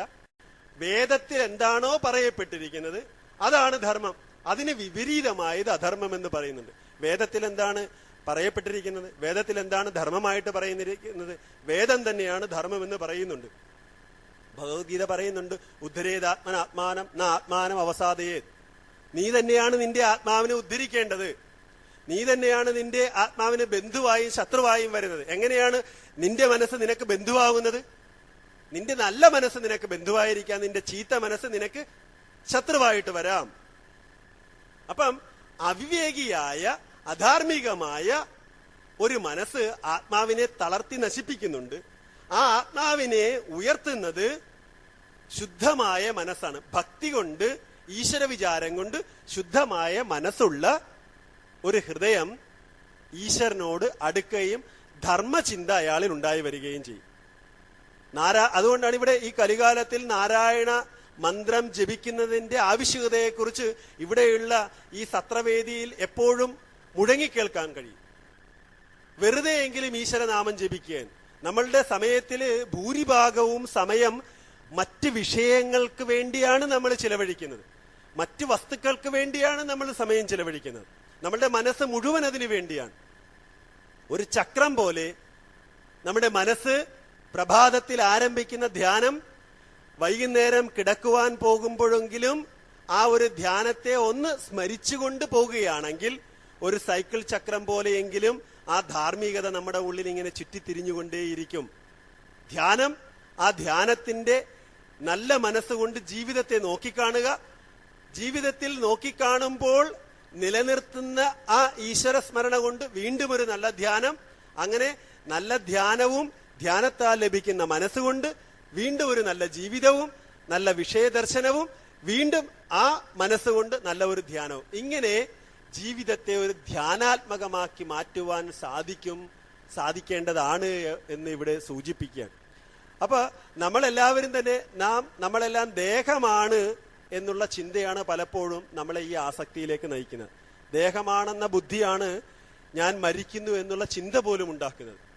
ഞാൻ ശരീരമാണെന്ന് വിചാരിക്കുമ്പോൾ നമുക്ക് മരണം സംഭവിക്കുകയാണ്. ധർമ്മചിന്ത കൊണ്ട്, യഥാർത്ഥത്തിലുള്ള വേദചിന്ത കൊണ്ട് ഞാൻ ശരീരം ആണ് എന്നുള്ള ബുദ്ധിയിൽ നിന്നും ഞാൻ ശരീരിയാണ്, ഞാൻ ഈശ്വരനാണ് എന്നുള്ള ബുദ്ധിയിലേക്ക് നമ്മുടെ മനസ്സ് മാറുകയാണ് ചെയ്യുന്നത്. അങ്ങനെ ഞാൻ ആത്മാവാണ് എന്നുള്ള ചിന്ത ഉണ്ടാകുകയാണ്. അതോടുകൂടി ആ മരണഭയം ഈ അജാമളനിൽ നിന്ന് അകന്നു പോവുകയാണ്. യമകിങ്കരന്മാർ എന്ന് പറയുന്ന മരണചിന്ത മാറിയിട്ട് ധാർമ്മികമാകുന്ന ഞാൻ ആത്മാവാകുന്നു എന്നുള്ള ചിന്ത കൊണ്ട് അയാളിൽ ഈ മരണചിന്ത അപ്രത്യക്ഷമാകുകയാണ്. ഇത് ഈ നമ്മുടെ കൊച്ചു ജീവിതത്തിൽ ആവശ്യമാണോ എന്നാണ്. ഇന്ന് നിങ്ങൾക്കാർക്കും തന്നെ ഇത്തരത്തിലുള്ള ഒരു ചിന്ത നിലനിർത്തണമെന്ന ആവശ്യം ജീവിതത്തിലില്ല. ജീവിതത്തിൽ പല ആവശ്യങ്ങളും പരിഹരിക്കുവാൻ പണം മാത്രം മതിയെന്ന് വിചാരിക്കുന്നവരാണ് ഭൂരിഭാഗവും. നൈമിഷികമായ ഇന്ദ്രിയ സുഖത്തിന് വേണ്ടിയുള്ള പരക്കം പാച്ചിലിൽ നമ്മുടെ പണവും നമ്മുടെ ബുദ്ധിയുടെ കഴിവും കൊണ്ട് ഏത് പ്രശ്നവും പരിഹരിക്കാൻ കഴിയുമെന്ന് വിചാരിക്കുന്നവരാണ് നമ്മൾ അധികം പേരും. എന്നാൽ ജീവിതത്തിന്റെ സായാഹ്ന അവസ്ഥയിലേക്ക് എത്തിച്ചേരുകയും ഇന്ദ്രിയങ്ങളുടെയും മനസ്സിന്റെയും ആരോഗ്യം നഷ്ടപ്പെടുകയും ഒരുപക്ഷെ മക്കളാൽ ബന്ധുക്കളാൽ പരിത്യജിക്കപ്പെട്ട് ഏകാന്തതയിൽ ഏതെങ്കിലും വൃദ്ധസദനത്തിൽ അടിഞ്ഞുകൂടേണ്ടി വരുമ്പോൾ ദുഃഖം താങ്ങാനാകാതെ ഓർമ്മശക്തി നഷ്ടപ്പെട്ട് നരകിച്ച് ജീവിക്കേണ്ട ഒരു ഗതികേടിലേക്കാണ് നമ്മുടെ കർമ്മം നമ്മെ കൊണ്ട് എത്തിക്കുന്നതെങ്കിലോ അങ്ങനെ ഒരു ഭീകരമായ അധപ്പതനത്തിന് വഴിവെക്കാതിരിക്കണമെങ്കിൽ ഉള്ളിൽ സാന്ത്വനമായി, വിളക്കായി, വഴിയായി, മാർഗദർശകനായി, ധർമ്മമായി ഈ ഭഗവാൻ കൂടെ ഉണ്ടാവും. അങ്ങനെ ഉണ്ടാവണമെങ്കിൽ ഇത് നിലനിർത്തുവാൻ നമ്മൾ പരിശ്രമിക്കണം. മുയർച്ചി തവറലാം, മുയർച്ചിക്ക തവറലാമാ തമിഴിൽ ചോദിക്കും. പ്രയത്നം വേസ്റ്റ് ആവാം, പ്രയത്നിക്കുന്നത് വേസ്റ്റ് ആകാമോ എന്ന് ചോദിക്കുകയാണ്. നമ്മുടെ പ്രയത്നം നിർത്തേണ്ടതില്ലല്ലോ, അതിന്റെ പ്രയോജനം എന്നെങ്കിലും ലഭിക്കും. സ്വൽപ്പം അഭ്യസ്യ ധർമ്മസ്യ ത്രായതേ മഹദോഭയാ. കുറച്ച് ധർമ്മമേ അനുഷ്ഠിക്കുന്നുള്ളൂവെങ്കിലും മഹത്തായ ഭയത്തിൽ നിന്നും അത് നമ്മെ രക്ഷിക്കുക തന്നെ ചെയ്യുമെന്ന് ശാസ്ത്രം പറയുകയാണ്. അതുകൊണ്ട് ഈ മരണചിന്ത മനസ്സിൽ നിന്ന് ഇല്ലാതാക്കുവാൻ പാപഹാരിയായ, പാപത്തെ ഹനിക്കുന്ന ഭഗവത് നാമം ഉച്ചരിക്കുന്നത് കൊണ്ട് ഇയാൾക്ക് പാപമോചനം സിദ്ധിച്ചിരിക്കുകയാണ് ഈ അജാമിളൻ. അതുകൊണ്ട് അയാൾക്ക് ഒരു പുതിയ പ്രതീക്ഷ ഉണ്ടാവുകയാണ്. ഇനി അയാൾക്ക് ശാരീരികമായിട്ട് യൗവനത്തിലേക്ക് അയാൾക്ക് വരാൻ സാധിക്കുകയില്ല. പക്ഷേ വാർദ്ധക്യം ബാധിച്ച മനസ്സിലും യൗവനമായ ഒരു മനസ്സിനെ അയാൾക്ക് ഉണ്ടാക്കാൻ സാധിക്കും. ദുഃഖമില്ലാത്ത മനസ്സ് തന്നെയാണ് യൗവനമായ മനസ്സ്. അല്ലാതെ ശരീരത്തിന്റെ യൗവന അവസ്ഥയിലുള്ള മനസ്സിനെ അല്ല, മറിച്ച് ദുഃഖമില്ലാത്ത ഒരു മനസ്സിനെയാണ് യൗവനമായ മനസ്സ് എന്നാണ് ഭാഗവതം പറയുന്നത്. കാളിദാസന്റെ രഘുവംശം എന്ന കൃതിയിൽ ഒരു ശ്ലോകമുണ്ട്. ദിലീപിനെ കുറിച്ചാണ് പറയുന്നത്. അതിവിടെ സംഗതമാവുകയാണ്. അത്തരത്തിലുള്ള ഒരു കുട്ടിയെ ബോധപൂർവം നമുക്ക് വളർത്തിക്കൊണ്ടുവരാം. മക്കൾ ഉണ്ടായി പോകുമ്പോൾ അങ്ങനെ ഉണ്ടായിപ്പോകുന്ന മക്കളുടെ വാസനകൾ എങ്ങനെയായിരിക്കണമെന്ന് നമുക്ക് നിശ്ചയിക്കാനാവുകയില്ല. പക്ഷെ മക്കളെ ഉണ്ടാക്കും. അതെന്താ സ്വാമി അങ്ങനെ പറയുന്നത്? നമ്മുടെ ശാസ്ത്രം അങ്ങനെ പറയുകയാണ്. നമ്മുടെ ശാസ്ത്രം മുഴുവൻ അങ്ങനെയാണ് പറയുന്നത്. ഇവിടെ കാളിദാസൻ രഘുവംശത്തിൽ ദിലീപൻ എന്ന രാജാവിനെ കുറിച്ച് പറയുകയാണ്. ആകാര സദൃശ പ്രജ്ഞ, പ്രജ്ഞയാ സദൃശ ആഗമ, ആഗമോ സദൃശ ആരംഭ, ആരംഭ സദൃശോദയ. ആകാര സദൃശ പ്രജ്ഞ. ദിലീപന്റെ ആകാരം കാണുമ്പോൾ, ആ ശരീരം കാണുമ്പോൾ, ആ വരവ് കാണുമ്പോൾ, ആ നടത്തം കാണുമ്പോൾ അറിയാം പ്രജ്ഞയുടെ വലിപ്പം, ബുദ്ധിയുടെ സംസ്കാരത്തെക്കുറിച്ച് അറിയാൻ കഴിയും. ഒരാളുടെ പെരുമാറ്റവും നടപ്പും സംഭാഷണവുമെല്ലാം കാണുമ്പോൾ അറിയാം അയാളുടെ ബുദ്ധിയുടെ സംസ്കാരത്തിന്റെ തെളിച്ചം. മനസ്സിലാവുന്നില്ല? ദിലീപിനെ കുറിച്ച് അങ്ങനെ വർണ്ണിക്കണം. രഘുവംശ രാജാക്കന്മാർ ഇതുപോലെ കീർത്തിമാന്മാരാണ് എന്ന് കാളിദാസൻ അടിവരയിട്ട് പറയുകയാണ്. കീർത്തിമാന്മാരല്ലാത്ത ആരും ഇവിടെ രാജ്യം ഭരിച്ചിട്ടില്ല. ശരിയാണ്. നമ്മുടെ എല്ലാ സർക്കാർ എത്രയോ മന്ത്രിമാരാണ് കീർത്തിമാന്മാരാണ്. ഏതു തരത്തിലുള്ള കീർത്തിയാണെന്ന് അറിയാല്ല. എന്തുകൊണ്ടാണ്? ഇത്രയും പൈതൃകമുള്ള ഭാരതത്തിലെ സന്തതികൾ തന്നെയാണ് ഐസ്ക്രീം കേസിന്റെ കീർത്തി. അങ്ങനെ നിരവധി കീർത്തികളുടെ കുഞ്ഞും കുട്ടിയും ഒക്കെ നമ്മളെ ഭരിക്കുകയാണ്. പക്ഷെ നമ്മുടെ പാരമ്പര്യമോ? നമ്മുടെ പാരമ്പര്യം ദിലീപന്റെ പാരമ്പര്യമാണ്. കീർത്തിമാന്മാരാണ്. അയാളുടെ ബുദ്ധി തെളിച്ചമുള്ള ബുദ്ധിയാണ്. ആ നടപ്പ് കണ്ടു കഴിഞ്ഞാൽ അറിയാം പ്രജ്ഞയുടെ വലിപ്പം, ആകാര സദൃശ പ്രജ്ഞ. ഇനി ആ പ്രജ്ഞയോ ആരോടെങ്കിലും ദിലീപനൊന്ന് മിണ്ടിക്കഴിഞ്ഞാലോ സംസാരിച്ചു കഴിഞ്ഞാലോ പ്രജ്ഞയാ സദൃശ ആഗമ.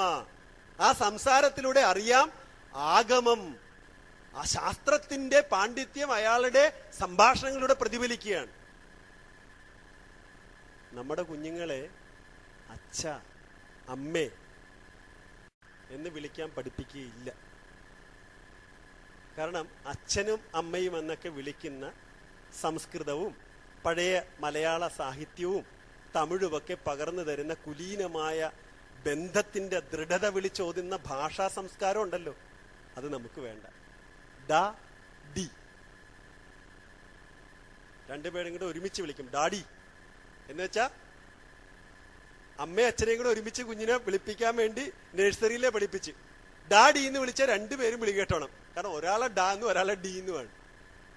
ഇതാണ് നമ്മളുടെ സംസ്കാരം. അതുകൊണ്ട് ഇന്നത്തെ കൊച്ചു കുഞ്ഞിന്റെ സംഭാഷണം, 5ാം ക്ലാസ്സിൽ പഠിക്കുന്ന കുഞ്ഞിന്റെയൊക്കെ വായിൽ നിന്ന് വാക്ക് കേട്ടാൽ നമുക്ക് അറിയാൻ പറ്റും അവന്റെ സംസ്കാരം എന്താണ്, അവൻ പഠിക്കുന്നത് എന്താണെന്ന്. അജാമിളന് അവസാന സമയത്ത് നാരായണ എന്ന വാക്കുച്ചരിച്ചത് കൊണ്ടാണ് മരണഭയം അപ്രത്യക്ഷമായത്. ഇവിടെ ദിലീപനെ അവതരിപ്പിക്കുന്നത് ആ ദിലീപ മഹാരാജാവിന്റെ ഉള്ളിൽ അത്രയും വലിയൊരു സംസ്കാരം ഉണ്ടാക്കിയത് കൊണ്ടാണ്. അതെപ്പോഴാണ് ഉണ്ടാക്കിയത്? അത് അവിടെ തന്നെ കാളിദാസൻ വീണ്ടും പറയുന്നുണ്ട്. ആ കൃതിയിൽ തന്നെ പറയുന്നുണ്ട്, ശൈശവേ അഭ്യസ്ത വിദ്യാനാം യൗവനൈ വിഷയേഷിണാം.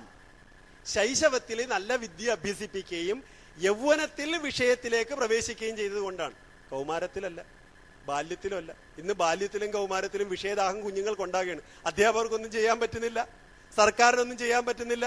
കുഞ്ഞുങ്ങളെ പിടിച്ചു കൊണ്ടുപോയി ജയിലിലിടേണ്ടി വരികയാണ്. കാരണം എന്താണ്? കൊച്ചുകുട്ടിയായിരിക്കുമ്പോഴേ കാമം ഉടലെടുക്കുകയാണ് കുഞ്ഞിൽ.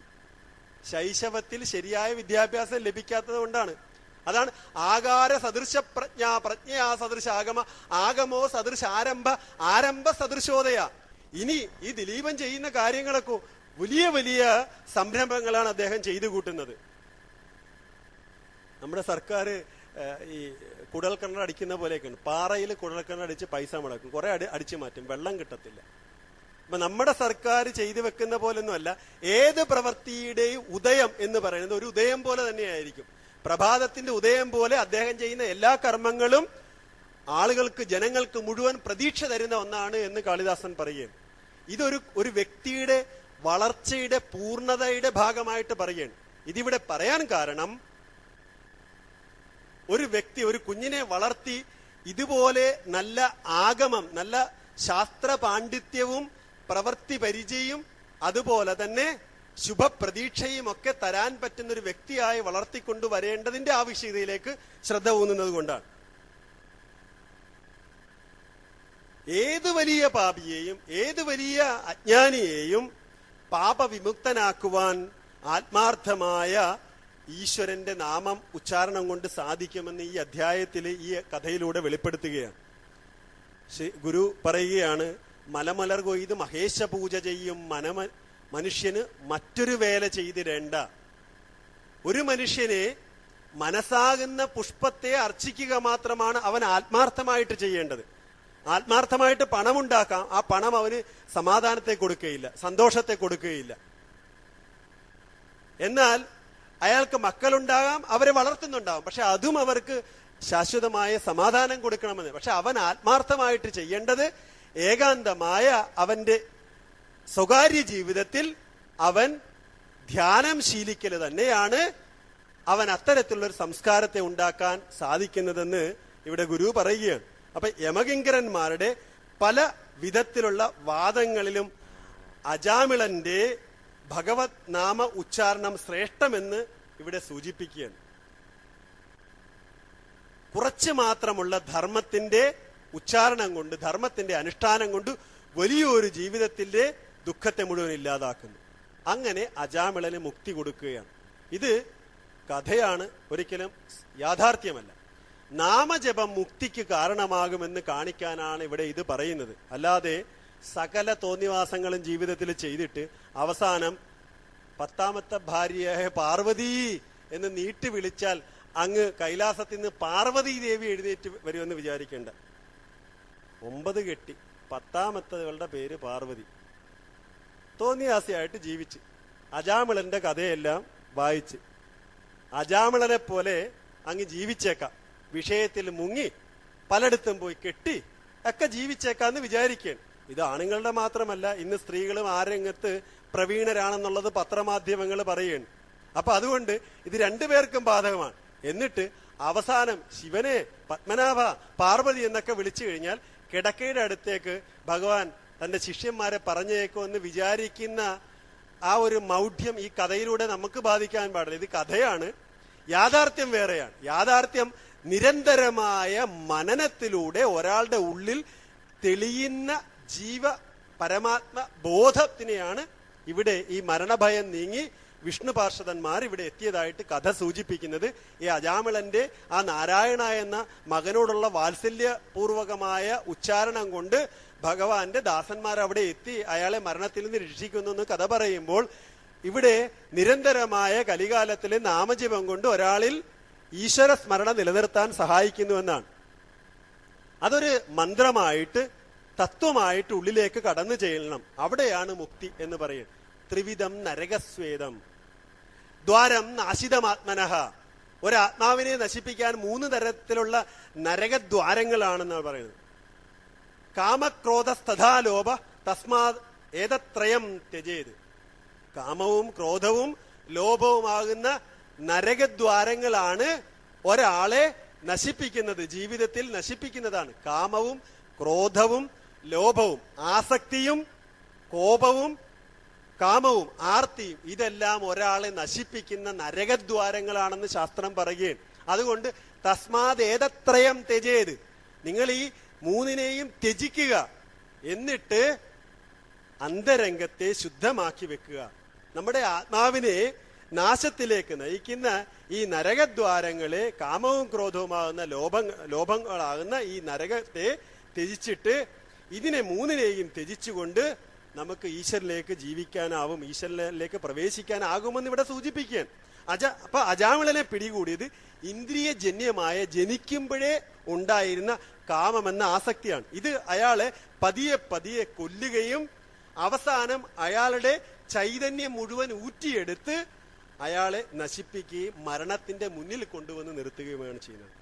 നാരായണൻ എന്നുള്ള ഒറ്റ വാക്കില് ഈ സകല പാപങ്ങളും അയാളിൽ നിന്ന് അപ്രത്യക്ഷമാക്കിക്കൊണ്ട് അയാൾക്ക് ജീവിക്കുവാൻ മരണത്തിനപ്പുറത്തുള്ള അതീന്ദ്രിയമായ ഈശ്വരന്റെ സന്നിധിയിലേക്കുള്ള പ്രതീക്ഷയുടെ വെളിച്ചം അയാൾക്ക് കാണാൻ കഴിയുകയാണ്. എത്ര ശക്തിയാണ് അപ്പോൾ ഭഗവത് മന്ത്രത്തിന്!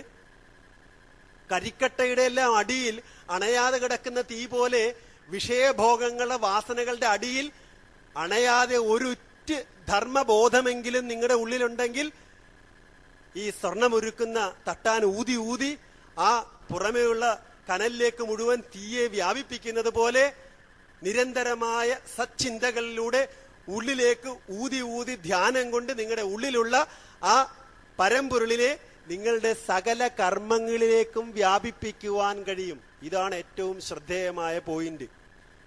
നിങ്ങളുടെ ജീവിത കർമ്മങ്ങൾ, വർത്തമാന ജീവിത കർമ്മ മണ്ഡലങ്ങളിൽ ഈശ്വരാംശത്തെ കൊണ്ടുവരിക.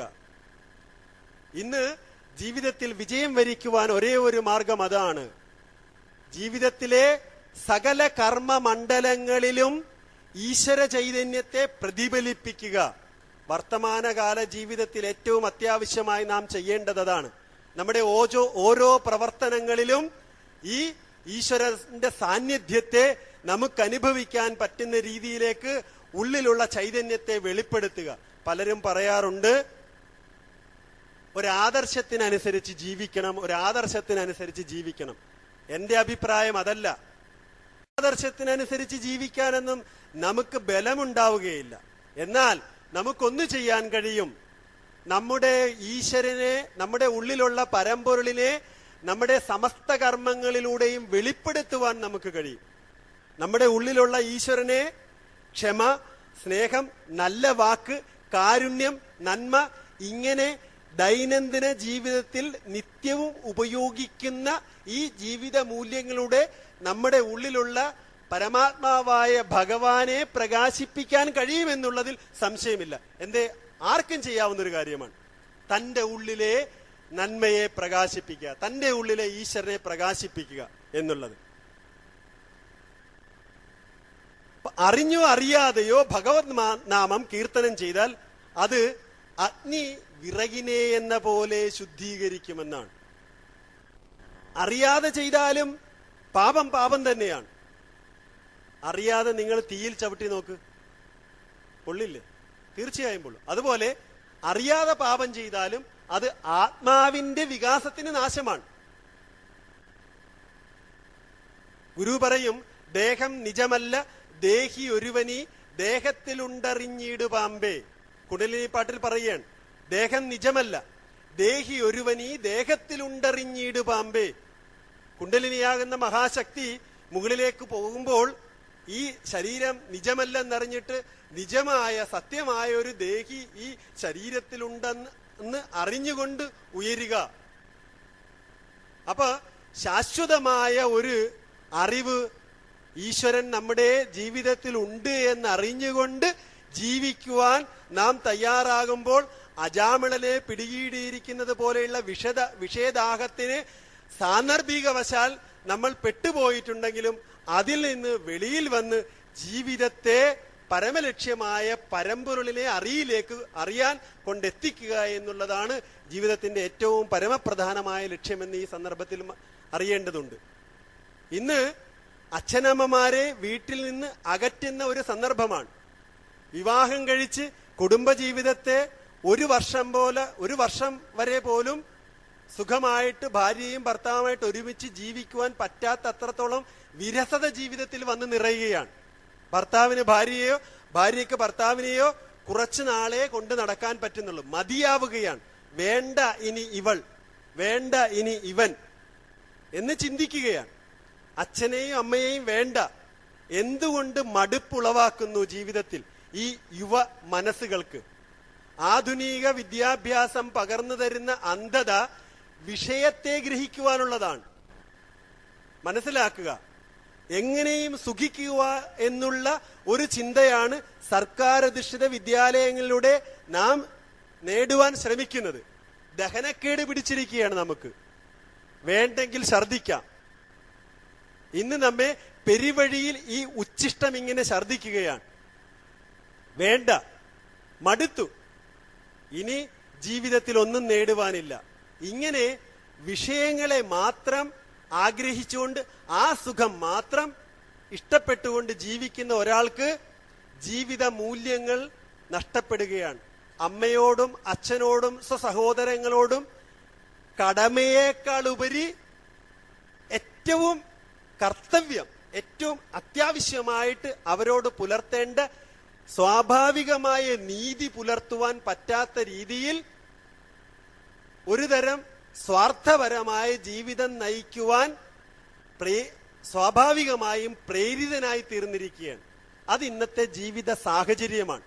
അങ്ങനെ അകൃത്രിമമായ ഒരു ജീവിത സാഹചര്യത്തിൽ നിന്നും ഹൃദയത്തെ രക്ഷിച്ച്, ജീവിതത്തെ രക്ഷിച്ച്, സഹജീവികൾക്കും കൂടപ്പിറപ്പുകൾക്കും യഥാർത്ഥ ആനന്ദത്തെ പകർന്നു കൊടുത്തുകൊണ്ട് ജീവിതത്തിന്റെ പരമലക്ഷ്യമായ ഈശ്വരനോടൊത്ത് ജീവിക്കുവാൻ, ജീവിതത്തിന്റെ ആനന്ദവും സൗരഭ്യവും സാന്ത്വനവും അനുഭവിച്ചുകൊണ്ട് ജീവിക്കുവാൻ നമ്മെ തയ്യാറാക്കലാണ് ഈ അധ്യായത്തിലൂടെ, ഈ ചെറിയ ഒരു കഥയിലൂടെ നമുക്ക് ഭാഗവതം പറഞ്ഞു തരുവാൻ ശ്രമിക്കുന്നത്. ഇതിന്റെ തത്വാംശത്തെയാണ് നമ്മൾ ശരിക്കും എടുക്കേണ്ടത്, വിചാരം ചെയ്ത് ഉറപ്പിക്കേണ്ടത്. ദൈനംദിന ജീവിതത്തെ പ്രശ്നങ്ങളുമായിട്ട് ഇതിനെ തട്ടിച്ചു നോക്കുവാൻ നമുക്ക് കഴിയണം. അപ്പോൾ മാത്രമാണ് ഇതിന്റെ ആസ്വാദനക്ഷമത വർദ്ധിക്കുന്നത്. ദൈനംദിന ജീവിതത്തിൽ നമ്മൾ ഓരോ വിഷയങ്ങളുടെയും പുറകെ അറിയാതെ പാഞ്ഞു പോകുമ്പോൾ, നമ്മളുടെ കുഞ്ഞുങ്ങൾ അങ്ങനെ പാഞ്ഞു പോകുമ്പോൾ, വിദ്യാഭ്യാസം കഴിഞ്ഞു വരുന്ന കുഞ്ഞ് നമ്മൾ പോലും അറിയാതെ ഒരു ചെറുക്കന്റെ കൂടെയോ ഒരുത്തിയുടെ കൂടെയൊക്കെ ഒളിച്ചോടുമ്പോൾ നമ്മളിങ്ങനെ തലയിൽ കൈവെക്കുകയാണ്. എന്റെ കുഞ്ഞിനോ ഇങ്ങനെ പറ്റിയത്, ഞങ്ങൾക്കോ ഇങ്ങനെ പറ്റിയത്, ഞാൻ അങ്ങനെയല്ലല്ലോ അവളെ വളർത്തിയത് എന്ന് നമ്മൾ വിചാരിക്കുകയാണ്. പക്ഷെ അങ്ങനെയുള്ള വിചാരം അസ്ഥാനത്താണ്. കാരണം വിഷയഭോഗം ഒരു വ്യക്തിയെ നയിക്കുന്നു. അജാമിളനെ ബാധിച്ചത് അതാണ്, വിഷയഭോഗം എന്ന ആസക്തി. ആ ആസക്തി അയാളെ കൊണ്ട് എത്തിച്ചതും എവിടെയാണെന്ന് കാണുന്നുണ്ട്. അവിടെ ഒരു വെളിച്ചമായിട്ട് ഒരൊറ്റ വാക്കാണ് ഏറ്റവും ശ്രദ്ധേയമായ കാര്യം. നാരായണ എന്ന വാക്ക് അയാളെ ജീവിതത്തിന്റെ താളക്രമത്തിലേക്ക് കൊണ്ടുവരികയാണ്, ധർമ്മചിന്തയിലേക്ക് കൊണ്ടുവരികയാണ്, ഒരു ഹാർമോണിക് സിസ്റ്റത്തിലേക്ക് നമ്മുടെ ഹൃദയത്തെ കൊണ്ടുവരികയാണ്, എല്ലാത്തിനോടും ഇണങ്ങിപ്പോകുവാൻ. അത് അജാമിളനെ തയ്യാറാക്കുകയാണ്. ഭഗവൻ നാമം, അതാണ് മന്ത്രം ശരിയായി ഉച്ചരിക്കുകയാണെങ്കിൽ, അറിഞ്ഞ് അനുഷ്ഠിക്കുകയാണെങ്കിൽ, അത് കുടുംബത്തിൽ കാലത്തും വൈകിട്ടും രാമകൃഷ്ണദേവൻ പറയുന്നത് പോലെ ഈ ചെമ്പുപാത്രങ്ങൾ തേച്ച് വെളുപ്പിക്കുന്നത് പോലെ കാലത്തും വൈകിട്ടും ഭഗവത് നാമം കൊണ്ട് തേച്ച് ശുദ്ധമാക്കാൻ നമ്മുടെ മനസ്സിനെ തയ്യാറാക്കുകയാണെങ്കിൽ നിരന്തരമായ ഈശ്വര സ്മരണ നിലനിൽക്കുകയും അത് കുട്ടികളിലേക്ക് സ്വാഭാവികമായിട്ട് വ്യാപിക്കുകയും കുട്ടികളിൽ നല്ല സംസ്കാരത്തെ ഉണ്ടാക്കുകയും അങ്ങനെ തലമുറകളിലേക്ക് അത് വ്യാപിക്കുകയും ചെയ്യും. അത്തരത്തിലുള്ള ഒരു സംസ്കാരത്തെ നമുക്ക് പകർന്നു തരികയാണ് ഇവിടെ ചെയ്യുന്നത്. മരണത്തെ ഇല്ലാതാക്കുക. നമുക്കൊരിക്കൽ മരണം സംഭവിക്കുക തന്നെ ചെയ്യും. പക്ഷെ എന്നാൽ ഉറപ്പ് എനിക്ക് പറയാൻ കഴിയുന്ന ഒരു കാര്യമുണ്ട്. നമ്മുടെ എല്ലാ ശാസ്ത്രങ്ങളും നമ്മോട് ഉറപ്പ് പറയുന്നുണ്ട്, നമുക്ക് മരണം സംഭവിക്കുകയില്ല. കാരണം മരിക്കുന്ന ആരെങ്കിലും ഒരാൾ അറിയുന്നുണ്ടോ ഞാൻ മരിക്കുന്നു എന്ന്? ആരെങ്കിലും അറിയുന്നുണ്ടോ ഞാൻ മരിക്കുന്നു എന്ന്? ഒരാളും അറിയുന്നില്ല. അറിയാത്തൊരു വിഷയം ഉണ്ട് എന്നുള്ളതിന് തെളിവെന്താണ്? പറ. ആരെങ്കിലും ഒരാൾ അറിയുന്നുണ്ടോ ഞാൻ മരിക്കുന്നുവെന്ന്? ഞാൻ മരിച്ചു സ്വാമി. ആർക്കും പറയാൻ കഴിയില്ല. അങ്ങനെ അനുഭവിക്കാത്തതും അറിയാത്തതുമായ ഒരു വസ്തു ഉണ്ടെന്ന് എന്താണ് തെളിവ്? ഏതെങ്കിലും ഒരു സയന്റിസ്റ്റ് പറയട്ടെ, എന്തെങ്കിലും ഒരു ഫോർമുല പറഞ്ഞു തരട്ടെ. എന്ത് യുക്തിയാണ് അതിനുള്ളത്? അയുക്തികമായ ഒരു കാര്യം. പിന്നെ നമ്മുടെ കണക്കൂട്ടൽ എന്താണ്? വേറുള്ളവർ മരിക്കുന്നത് കണ്ടിട്ട് നമ്മൾ പറയണം അവനെപ്പോലെ ഞാനുമാകും. അവനവന്റെയാണ് അനുഭവം. അജാമിളന് ജീവിച്ചിരിക്കുമ്പോ തന്നെ ആ ബോധത്തിലേക്ക് വരാൻ ഉള്ളൊരു സാഹചര്യം ഉണ്ടാകുകയാണ്. അതാണ് വിഷയഭോഗങ്ങൾ, വിഷയവാസനയെ ജീവിച്ചിരിക്കുമ്പോൾ തന്നെ മനസ്സിൽ നിന്ന് അപ്രത്യക്ഷമാകുമ്പോൾ അയാളുടെ മനസ്സിൽ ഈ അവബോധമുണ്ടാവുകയാണ്.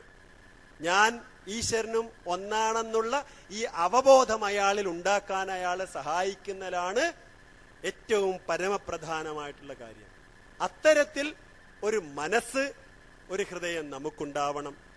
പ്രേമപൂർവകമായ ഒരു ചുറ്റുപാട് നമ്മൾ ബോധപൂർവം സൃഷ്ടിക്കണം. അച്ഛനമ്മമാരെ പൊന്നുപോലെ, അത്രയും വേണ്ട, മണ്ണ് പോലെ. കാരണം പൊന്നിനേക്കാൾ വില ഇന്ന് മണ്ണിനുണ്ട്. അപ്പൊ മണ്ണ് പോലെയെങ്കിലും, മണ്ണിനാണല്ലേ ഭയങ്കര വില. വീട് കെട്ടാൻ മണ്ണ് കിട്ടാനില്ല. പൊന്നിഷ്ടം പോലെ ഉണ്ട്, പൈസ കൊടുത്താൽ കിട്ടും. പണം കൊടുത്താലും കിട്ടാത്തൊരു സാധനമാണ് മണ്ണ്. അതുകൊണ്ട് ആ വാക്ക് മാറ്റാം. അച്ഛനമ്മമാരെ മണ്ണ് പോലെയെങ്കിലും നോക്കാൻ നമ്മൾ തയ്യാറായേ പറ്റൂ. അവര് നമ്മളുടെ എല്ലാമാണ്. ഈശ്വര സങ്കല്പത്തിലൂടെ, പ്രേമത്തിലൂടെ, വാക്യങ്ങളിലൂടെ, ഭഗവത് നാമത്തിന്റെ തുടർച്ചയായ പാരായണത്തിലൂടെ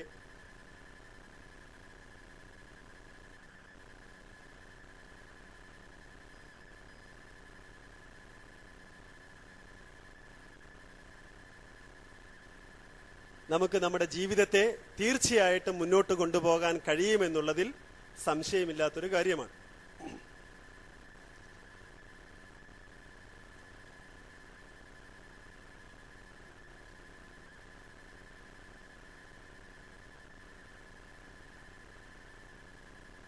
അപ്പൊ അതുകൊണ്ട് നമ്മുടെ ജീവിതം ഏറ്റവും സംതൃപ്തിദായകമായിട്ട് മുന്നോട്ട് പോകുമെങ്കിൽ, അങ്ങനെ സംതൃപ്തിദായകമായിട്ട് മുന്നോട്ട് പോകുവാൻ ജീവിതത്തിൽ, നാം കാണുന്ന ഈ ഭൗതിക ജീവിതത്തിൽ, നമ്മുടെ കുട്ടിക്കാലം മുതൽ മരണം വരെയുള്ള ബോധം അസ്തമിക്കാത്ത സമയത്ത് ബോധവാനായിട്ടിരിക്കണം. ബോധം അസ്തമിച്ച് ജീവിക്കുന്ന പലരുമുണ്ട്. പെരുവഴിയിൽ ഒരു പെൺകുട്ടിയെ ആക്രമിക്കുന്നത് കണ്ടാൽ എന്റെ ആരുമല്ലാത്തത് കൊണ്ട് തിരിഞ്ഞു പോകുന്നവൻ ബോധമില്ലാത്തവൻ തന്നെയാണ്. നമ്മുടേതല്ലാത്തതിനോടൊന്നും പ്രതികരിക്കാതിരിക്കുന്നത് ബോധമില്ലായ്മ തന്നെയാണ്. അത് സർക്കാരിന്റെ ആവശ്യമാണെന്ന് വിചാരിക്കലാണ്. അപ്പൊ ബോധം എന്ന് പറയുന്നത്, ചിലരുണ്ട് പട്ടിയോടും പശുവിനോടൊക്കെ പ്രേമം കാണിക്കാറുണ്ട്.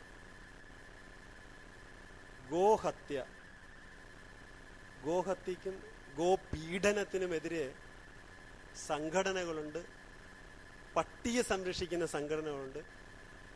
മനുഷ്യൻ ഇവിടെ ഗതിയില്ലാതെ കഷ്ടപ്പെട്ടാൽ അതിനെക്കുറിച്ച് ചിന്തിക്കാൻ ആരുമില്ല. വിവേകാനന്ദ സ്വാമിയുടെ അടുത്ത് ഈ ഗോസംരക്ഷകർ ഒരിക്കൽ ചെന്നപ്പം സ്വാമി വിരട്ടി ഓടിച്ചെന്നാണ്. ഇനി നിന്ന് കഴിഞ്ഞാൽ ഇടി വാങ്ങിക്കുമെന്ന് വിവേകാനന്ദ സ്വാമി പറഞ്ഞു. അങ്ങനെ ഈ വാക്ക് ഉപയോഗിച്ചില്ലെങ്കിൽ ഇനി മുന്നിൽ കണ്ടുപോരെന്ന് പറയും. കാരണം എന്താണ്? എടാ, ഇവിടെ ദരിദ്രനാരായണ കോടിക്കണക്കിന് കിടന്ന് നരയിക്കും, നിന്റെ ഗോസംരക്ഷണം പോടാന്ന് പറഞ്ഞു. അപ്പൊ ആദ്യം സഹജീവികളെങ്കിലും ആ രീതിയിൽ നമുക്കൊന്ന് രക്ഷിക്കാൻ കഴിയുമെങ്കിൽ അതായിരിക്കാം ഏറ്റവും ശ്രേഷ്ഠം. ഇത്തരത്തിലുള്ള കാര്യങ്ങളിൽ നമ്മെ നയിക്കുവാൻ നമ്മുടെ ഈ കൊച്ചു ജീവിതത്തിൽ ധാരാളം പേര് നമ്മുടെ മുന്നിലുണ്ടാവാം. ആധ്യാത്മികമായ വഴിയിലൂടെ നമ്മെ കൊണ്ടുപോകാൻ ശ്രമിക്കുന്നവർ. പലപ്പോഴും നമ്മൾ അത്തരത്തിലുള്ള തെറ്റിദ്ധാരണകൾ അടിമപ്പെടാറുണ്ട്. നമ്മുടെ ആധ്യാത്മികതയിൽ ഭൂരിഭാഗവും ജ്യോത്സ്യന്മാരാൽ നയിക്കപ്പെടുന്നവരാണ്. ഞാൻ പലപ്പോഴും ചിന്തിച്ചു പോകാറുണ്ട്, അജാമിളന്റെ എല്ലാം കാലത്ത് അല്ലെങ്കിൽ ഭാഗവതത്തിൽ ജ്യോത്സ്യന്മാരെ പോയി കണ്ടതായിട്ടൊന്നും ഒരു സ്ഥലത്തും കാണുന്നില്ല. കൃഷ്ണൻ അർജുനോട് കുഞ്ഞെ അർജുന, യുദ്ധത്തിന് മുമ്പ് കഴിഞ്ഞ ചെറായിലൊരു ഗീതാജ്ഞാന യജ്ഞം നടന്നു. അവിടെ ഒരു ക്ലാസ് ഉണ്ടായിരുന്നു. അപ്പൊ അവിടെ ഒരാളൊരു ചോദ്യം ചോദിച്ചതാണ്, ഈ ഗീത മുഴുവൻ ഈ യുദ്ധസമയത്തിന് മുമ്പ് എങ്ങനെ ഉപദേശിച്ചു ഈ 18 അധ്യായവും? ഞാനപ്പോൾ അയാളോട് പറഞ്ഞു, ഇത് മണ്ടൻ ചോദ്യമാണ്. കാരണം ഇന്നത്തെ ഒരു 5ാം ക്ലാസ്സിൽ പഠിക്കുന്ന കുഞ്ഞു ഒരൊറ്റ മണിക്കൂർ കൊണ്ട് ഗീത ചൊല്ലി തീർക്കും. എന്താ പറ്റില്ലേ? സാധ്യമാണ്. നല്ല ബുദ്ധിയുള്ള ശക്തി ഉള്ള കുട്ടികൾ ലളിതാ സഹസ്രമൊക്കെ എത്ര ഈസി ആയിട്ടാണ് ചൊല്ലുന്നത്. എത്രയോ പേര് പഠിച്ചു കഴിഞ്ഞാൽ ചില. അപ്പം ഭഗവാന്റെ മനസ്സും ബുദ്ധിയും അർജുനന്റെ ബുദ്ധിയും ഏതാണ്ട് തീ പോലെ നിൽക്കുകയാണ്. പെട്ടെന്ന് പകരാൻ പറ്റും. അവർക്കൊരു നിമിഷം മതിയാവാം ഇതൊക്കെ അങ്ങോട്ട് കൊടുക്കാൻ. ഏതാനും മണിക്കൂറുകൾ കൊണ്ട് അവിടെ കാര്യങ്ങളെല്ലാം നടന്നിട്ടുണ്ടാവാം. ഈ മണ്ടൻ ചിന്തിക്കുന്നത് ഇങ്ങനെയാണ്. അപ്പൊ ഇന്ന് പലരും എന്തുകൊണ്ടാണ് പലപ്പോഴും ഞാൻ ചിന്തിച്ചത്, സ്വാമിമാരാണോ അല്ലെങ്കിൽ സന്യാസിമാരായിട്ടുള്ളവര് ആണോ ജനങ്ങളെ നയിക്കുന്നതല്ല. എനിക്കറിയാവുന്ന ഒരു കന്യാസ്ത്രീയുണ്ട് ആലുവയിൽ. ഞാനുമായിട്ട് നല്ല അടുപ്പാണ്. അവര് പല ക്ലാസ്സിനൊക്കെ എന്നെ വിളിക്കാറുണ്ട്. കഴിഞ്ഞ ദിവസം അവരെന്നോട് പറയുന്നു, സ്വാമി 2 ലക്ഷം അച്ഛന്മാരും കന്യാസ്ത്രീകളും ആന്ധ്രയിൽ പിന്നോക്ക മേഖലയിൽ വർക്ക് ചെയ്യുന്നുണ്ട്. 2 ലക്ഷം. നമ്മുടെ എല്ലാ സന്യാസിമാരും കേരളത്തിൽ അരിച്ചെടുത്തു കഴിഞ്ഞാൽ ചിലപ്പം ഒരു 150 കാണും. 2 ലക്ഷം പേരാണ് അവർ വർക്ക് ചെയ്യുന്നത്. ആലോചിക്കേണ്ടതാണ്. വളരെ സീരിയസ് ആയിട്ടുള്ള വിഷയം. പക്ഷെ നമ്മെ നയിക്കുന്നത് ഈ സാധുക്കൾ ആരും തന്നെയല്ല. നിങ്ങൾ എന്താണ് ചെയ്യേണ്ടത്, ഏത് മാർഗത്തിലൂടെ പോകണം, ഏതാണ് ധർമ്മമായിട്ട് സ്വീകരിക്കേണ്ടതെന്ന് ഇവരല്ല നിങ്ങളെ നയിക്കുന്നത്. സന്യാസിമാരോ ശ്രോത്രിയായിട്ടുള്ള ഗുരുക്കന്മാരോ ആരുമല്ല. പിന്നെയോ വാലും തുമ്പും മാത്രം അറിയാവുന്ന ജ്യോത്സ്യന്മാരാണ്. ജ്യോത്സ്യന്മാരെ കുറ്റം പറയുന്നല്ല ഞാൻ. പല ജ്യോത്സ്യന്മാരും ഒക്കെ ചിലപ്പോൾ ഇവിടെ ഉണ്ടായിരിക്കാം. ഞാൻ അവരെ അന്നും കുറ്റം പറയല്ല. പക്ഷെ ശാസ്ത്രം ഒരു മനുഷ്യനെ ധാർമ്മികനായിട്ട് ജീവിക്കുവാൻ ശാസ്ത്രം പറയുന്നത് അന്ധവിശ്വാസത്തെ പിന്തുടരാൻ വേണ്ടിയല്ല, കുടുംബം പണയം വെച്ച് ഹോമം നടത്താൻ വേണ്ടിയല്ല. ധനം അങ്ങ് കുന്നുകൂടുന്ന സമയത്ത് യുധിഷ്ഠിരനെ പോലെയുള്ളവർ സർവസ്വദാനം നടത്തിയ യാഗം ചെയ്തതായിട്ട് പറയുന്നത്. അത് ഋഷിയുടെ ഉപദേശം കൊണ്ടാണ്. ഋഷി പറയും, ഇനി ഇവന് പണം കൂടിയ അഹങ്കാരമാവും, അഹങ്കാരിയായി ഇവൻ അധപ്പതിക്കും. അതുകൊണ്ട് സർവസ്വവും ദാനം ചെയ്ത് ദരിദ്രനായിട്ട് ഇനി ഇവൻ രാജാവായിട്ട് വീണ്ടും ഉണ്ടാക്കട്ടെ. ഇന്ന് നമ്മുടെ മന്ത്രിമാരെല്ലാം ചെയ്തു കൂട്ടുന്ന കണ്ടു കഴിഞ്ഞാൽ അങ്ങനെ എങ്ങാനും ജനം കൂടിയിട്ട് നമ്മളാണ് തിരഞ്ഞെടുത്തത്. നമ്മൾ പറയുന്നത് എല്ലാം അവസാനിപ്പിച്ചിട്ട് എല്ലാവർക്കും പിരിച്ചു കൊടുത്തിട്ട് ഇനി ഒന്നേന്ന് തുടങ്ങുന്ന ഏതെങ്കിലും മന്ത്രി എടുക്കലോ MLA എടുക്കലോ MP എടുക്കലോ പറയാൻ പറ്റുമോ? കള്ളക്കേസി കുടുക്കി അകത്താക്കും. നമ്മളാണ് തിരഞ്ഞെടുത്തത്. അതൊക്കെ ശരിയാണ്. പണ്ട് അങ്ങനെയല്ല. ഋഷി പറയുന്ന കേട്ടെല്ലാം ദാനം ചെയ്യുമായിരുന്നു. ഇന്ന് അങ്ങനെ ചെയ്യാൻ പറ്റത്തില്ല. അപ്പൊ നമ്മെ നയിക്കുന്നത് ജ്യോത്സ്യന്മാരാണ് പറഞ്ഞു വരുന്നത്. രാഹു അവിടെ നിന്ന് ഇങ്ങോട്ട് പുറപ്പെട്ടിട്ടുണ്ട്. അടുത്ത വണ്ടിക്ക് ഇവിടെ ഈ അടുത്ത ജംഗ്ഷനിൽ ഇറങ്ങി ഒരുമിച്ച് വരികയാണ്. പല സ്ഥലത്തു നിന്നാണ്. പിടികൂടിയ കുഴപ്പം തന്നെയാണ്. അപ്പൊ ഈ രാഹുവും കേതുവും ശുക്രനും ശനിയും വ്യാഴവും ബുധനും വെള്ളിയൊന്നും അല്ല നമ്മുടെ ജീവിതത്തെ നിയന്ത്രിക്കുന്നത് നയിക്കുന്നത് നമ്മുടെ കർമ്മങ്ങളാണ്. സംശയമില്ല. ഇല്ലെങ്കിൽ പറയട്ടെ, എനിക്ക് മുമ്പ് പറഞ്ഞ പ്രവചനം നടത്തിയ മഹാത്മാക്കളുടെ ഇനി പിറകെ വരുന്നവരുണ്ട്. ആരെങ്കിലും പറയട്ടെ അതല്ല എന്ന്. നമ്മുടെ കർമ്മങ്ങൾ തന്നെയാണ്. ഇവിടെ അജാമളന്റെ കഥ അതിന് തെളിവാണ്. അയാളുടെ കർമ്മങ്ങളാണ് അയാളെ അധപ്പതിപ്പിച്ചത്. അയാളുടെ കർമ്മം അയാളുടെ മനസ്സിൽ പ്രതീക്ഷയ്ക്ക് തിരികൊളുത്തിയതും അയാളുടെ കർമ്മം തന്നെയാണ്. ഭഗവത് നാമം ഉച്ചരിക്കുന്നതുകൊണ്ട്. അപ്പൊ നാരായണ എന്ന് സദാ ജപിച്ചാൽ പാപം കെടും, പശി കെടും, വ്യസനങ്ങൾ തീരും. എന്തേ സംശയം? പശി കെടുമോ? പശി കെടും, സംശയമില്ല. ഭക്ഷണം കിട്ടുക തന്നെ ചെയ്യും. അല്ലെങ്കിൽ ഏതെങ്കിലും സാധുക്കളോട് ചോദിച്ചു, ചിലപ്പോ ഇതില് മിക്കവാറും സാധുക്കള് ഒരു പൈസ ഇല്ലാതെ എവിടെയെല്ലാം സഞ്ചരിച്ചിട്ടുണ്ടാവും. അപ്രതീക്ഷിതമായിട്ടായിരിക്കാം വന്നു ചേരുന്നത്. നമുക്ക് എല്ലാവർക്കും അങ്ങനെയാണ്. ഇന്നിപ്പോ ഉച്ചയ്ക്ക് ഭക്ഷണം ഇവിടെയാണെന്നാണ്. ഇവിടെ ഇരിക്കുന്നവർ ആർക്കെങ്കിലും എമർജൻസി ആയിട്ടൊരു ഫോൺ വന്നു, പെട്ടെന്ന് വീട്ടിലേക്ക് വരണം. അവൻ പെട്ടെന്ന് പോകുകയാണ്. അവൻ ഇവിടുന്ന് ഉച്ചക്ക് ഭക്ഷണം ഇല്ല. ഇതൊക്കെ ചില കർമ്മത്തിന്റെ ചില കണക്ഷനുകളാണ്, നമ്മളറിയുന്നില്ല. അതാണ് നമ്മെ നയിക്കുന്ന അജ്ഞാതമായ കർമ്മം നമ്മളിങ്ങനെ കൊണ്ടുപോയിക്കൊണ്ടേയിരിക്കുകയാണ്. നമുക്കതിൽ തീരുമാനിക്കാനൊന്നും അവകാശമില്ല. നമ്മെ ഈ കർമ്മങ്ങൾ നയിച്ചുകൊണ്ടിരിക്കുകയാണ്.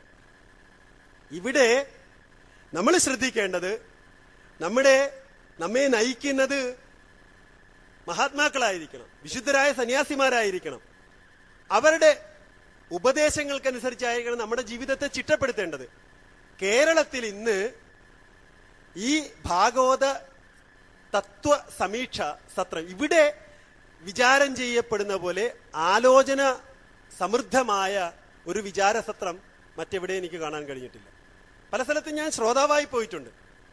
അന്ധവിശ്വാസത്തെ അകറ്റി നിർത്തിക്കൊണ്ട് ശരിയായ ഭാഗവതത്തിന്റെ എസൻസ് കേന്ദ്രീകരിച്ച് നിർത്തിക്കൊണ്ട് വലിയൊരു വിജ്ഞാന ശാഖ തുറന്നു തരുന്നുണ്ട്.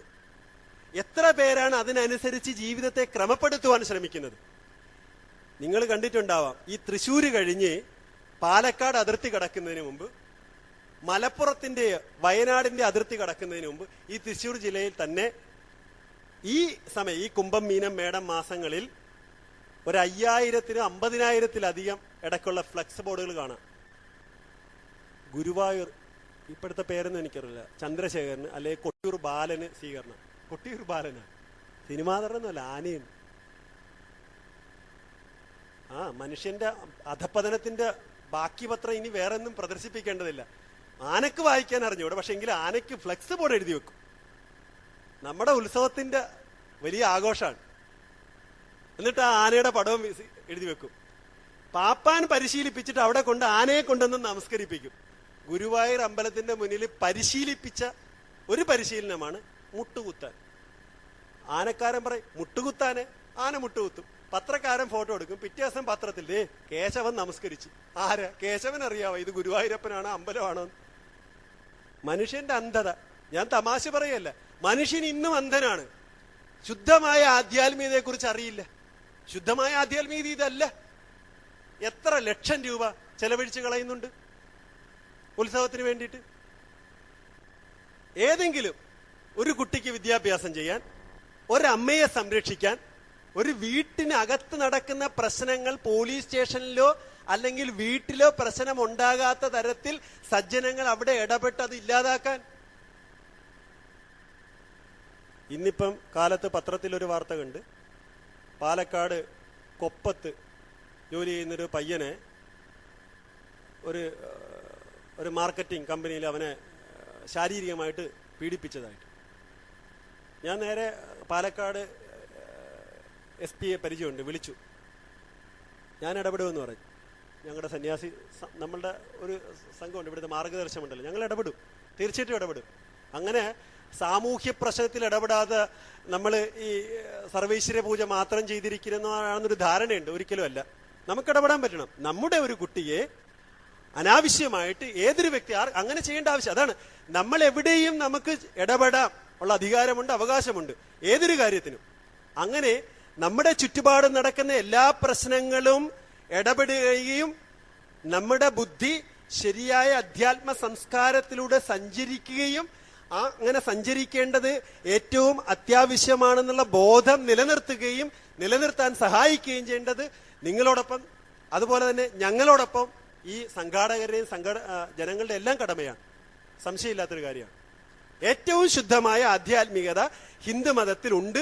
ആ ഹിന്ദുമതത്തിലെ ശുദ്ധമായ ആധ്യാത്മികതയെ ദൈനംദിന ജീവിതത്തിൽ കൊണ്ടുവരിക എന്നുള്ളത് ഏറ്റവും അത്യാവശ്യമായിട്ടുള്ള കാര്യമാണ്.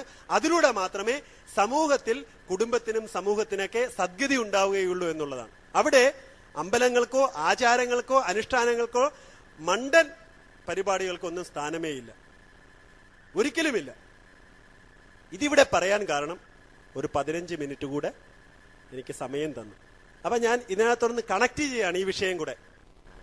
എന്തുകൊണ്ടെന്നാൽ ഇവിടെ ഇപ്പൊ ഒരു 6ാമത്തെ 5ാമത്തെ വർഷമാണ് ഞാനും വരുന്നത്. പുണ്യാത്മാക്കളായ മഹാപണ്ഡിതന്മാർ ഈ വേദി അലങ്കരിക്കാറുണ്ട്. അവരുടെ എല്ലാം പ്രവചനങ്ങൾ നിങ്ങൾ കേൾക്കാറുണ്ട്. ഒന്ന് ശ്രദ്ധിക്കുക, നമ്മൾ സനാതനധർമ്മത്തിന്റെ അനന്തരാവകാശികളാണ്, തീർച്ചയാണ്. ഈ ലോകത്ത് സനാതനധർമ്മശാസ്ത്രത്തെക്കാളും യുക്തിയുക്തമായി സത്യത്തെ അവതരിപ്പിക്കുന്ന മറ്റൊരു ശാസ്ത്രമില്ല, മറ്റൊരു മതഗ്രന്ഥമില്ല, സംശയമില്ല. വെറുതെ കൗപീനധാരികളായി, അല്പവസ്ത്രധാരികളായി, അല്ലെങ്കിൽ ദിഗംബരന്മാർ, ദിക്കിനെ അമ്പരമാക്കി ഉടുത്തുകൊണ്ട് നടക്കുന്ന പാവപ്പെട്ട സാധുക്കളായ സന്യാസിമാർ സംരക്ഷിക്കുന്ന ധർമ്മമാണിത്. ഇവരുടെ തപസ്സിന് വലിയ ശക്തിയുണ്ട്. പക്ഷെ അതിനെ സ്വീകരിക്കുവാനുള്ള ക്ഷമത ഗൃഹസ്ഥരായ ഓരോരുത്തരുടെയും ചുമതലയാണ് അത് കാണിക്കേണ്ടത്. നിങ്ങളെ നയിക്കേണ്ടത് ജ്യോത്സ്യന്മാരോ ശാന്തിക്കാരോ തന്ത്രിമാരോ അല്ല. അവരാണ് നിങ്ങളെ ഈ യഥാർത്ഥ ധർമ്മത്തിൽ നിന്ന് അകറ്റിക്കൊണ്ടുപോകുന്നത്. ആനയ്ക്ക് ഫ്ലെക്സ് ബോർഡ് വെക്കണം, നിർത്ത്. ആ ഫ്ലെക്സിന്റെ പൈസ മതി അടുത്ത വീട്ടിലൊരു കുഞ്ഞിന് 2 നേരത്തെ ഭക്ഷണം കൊടുക്കാൻ. എന്തേ പറ്റത്തില്ലേ? ഒരാനയ്ക്കുള്ള ചെലവ് എത്രമാത്രാന്നറിയാവും? ഒരമ്പലം ഒരു ആനയെ പോറ്റണമെങ്കിൽ എന്ത് പണം വേണം? 10 കുട്ടികളെ പോറ്റാൻ അത്രയും പണം വേണ്ട. അങ്ങനെ അമ്പലത്തിന്റെ കീഴിൽ 10 കുട്ടികളെ പഠിപ്പിച്ചാലോ? അവരേതെങ്കിലും ഒരുത്തൻ കളക്ടറായി വന്നാലോ? പറ, അമ്പലത്തിന് ഗുണമുണ്ടാകാതിരിക്കുവോ? അമ്പലവുമായിട്ടുള്ള സമുദായത്തിന് ഗുണമുണ്ടാകാതിരിക്കുവോ? അമ്പലം പഠിപ്പിച്ച് വളർത്തിയവനാണ് കളക്ടറായ ഞാൻ. എന്തേ പറ്റില്ലേ? അങ്ങനെ കുട്ടികളെ എടുത്ത് നമ്മളുടെ ഐഡിയക്കനുസരിച്ച് ഒരു ദുരുദ്ദേശമുണ്ട്. എന്ത് ദുരുദ്ദേശം? അവനെ വളർത്തി ഉപയോഗിക്കുക എന്നുള്ള ഒരു ദുരുദ്ദേശം മാത്രമേ നമ്മുടെ ഭാഗത്തുള്ളൂ. അങ്ങനെയെങ്കിലും ഈ അധ്യാത്മ മണ്ഡലത്തിലൂടെ ഈ ജനങ്ങളുടെ ക്ഷേമ ഐശ്വര്യങ്ങളിലേക്ക് ഈ അധ്യാത്മ തത്വത്തെ കൊണ്ടെത്തിക്കുവാൻ സാധിക്കേണ്ട ഒരു സദസ്സായി മാറണം. ഇവിടെ വരുന്ന ശ്രോതാക്കൾ അത്തരത്തിൽ വിവേകശാലികളായി ചിന്തിക്കുവാൻ തയ്യാറാകുമ്പോൾ ഈശ്വരൻ സർവസ്വമായി ഇതേപോലെ വെറുമൊരു വാക്കുകൊണ്ട് അവസാന കാലത്ത് ബുദ്ധിയുദിക്കുവാൻ പറ്റുന്ന നല്ല ഉൾ സംസ്കാരമുള്ളവനായി മാറുവാൻ നമുക്ക് കഴിയണം. അപ്പോഴാണ് നമ്മുടെ ജീവിതം സന്തോഷകരമായ മുന്നോട്ട് നീങ്ങുന്നത്. തീർച്ചയായിട്ടും അതിനുള്ള അവസരം ഇവിടെ വരുന്ന കേട്ടിട്ട് എല്ലാ ശ്രോതാക്കൾക്കും ഉണ്ടാവും. ഇവിടെ വന്ന് കേൾക്കുന്നത് എല്ലാ ശ്രോതാക്കളും തന്നെ, എല്ലാ സജ്ജനങ്ങളും അത്തരത്തിലുള്ളൊരു സംസ്കാരമുള്ളവരാണെന്നുള്ളത് കൊണ്ട് തന്നെയാണ് ഇത്രയും പ്രൗഢമായൊരു സദസ്സ് ഇവിടെ വന്നിരിക്കുന്നത്. അതുകൊണ്ട് ഇവിടെ നടക്കുന്ന സത്സംഗങ്ങളിലും ഇത് ശ്രവിക്കുന്ന എല്ലാ സജ്ജനങ്ങളും അത്തരത്തിലുള്ളൊരു നല്ല സദ്ബുദ്ധി, സംസ്കാരജന്യമായൊരു സദ്ബുദ്ധി ഉണ്ടാവട്ടെ. അത് ദൈനംദിന ജീവിതത്തെ പ്രകാശവത്താക്കട്ടെ. അന്ധവിശ്വാസത്തെ, അന്ധകാരത്തെ എന്നേക്കുമായി ഹൃദയത്തിൽ നിന്ന് ദൂരീകരിക്കട്ടെ. കുടുംബത്തിലും അടുത്തുള്ള ക്ഷേത്രങ്ങളിലുമൊക്കെ തന്നെ ഇത്തരത്തിലുള്ള ശുദ്ധമായ ആധ്യാത്മിക സംസ്കാരത്തെ ഉണ്ടാക്കുവാൻ, അതിന്റെ മുൻപന്തിയിൽ നിന്ന് നയിക്കുവാൻ, അത്തരത്തിലൊരു വിപ്ലവമൊക്കെ ഉണ്ടാക്കുവാൻ നിങ്ങൾക്കേവർക്കും കഴിയട്ടെ എന്ന പ്രാർത്ഥനയോടെ എന്നെ ഇത്രയും നേരം ശ്രവിച്ച എല്ലാ സജ്ജനങ്ങൾക്കും എൻ്റെ ഹൃദയം നിറഞ്ഞ പ്രണാമം അർപ്പിച്ചുകൊണ്ട് എൻ്റെ ഈ ചെറിയ എളിയ വാക്കുകൾ ഇവിടെ ഉപസംഹരിക്കുന്നു. എല്ലാവർക്കും ഒരിക്കൽ കൂടി എൻ്റെ പ്രണാമം.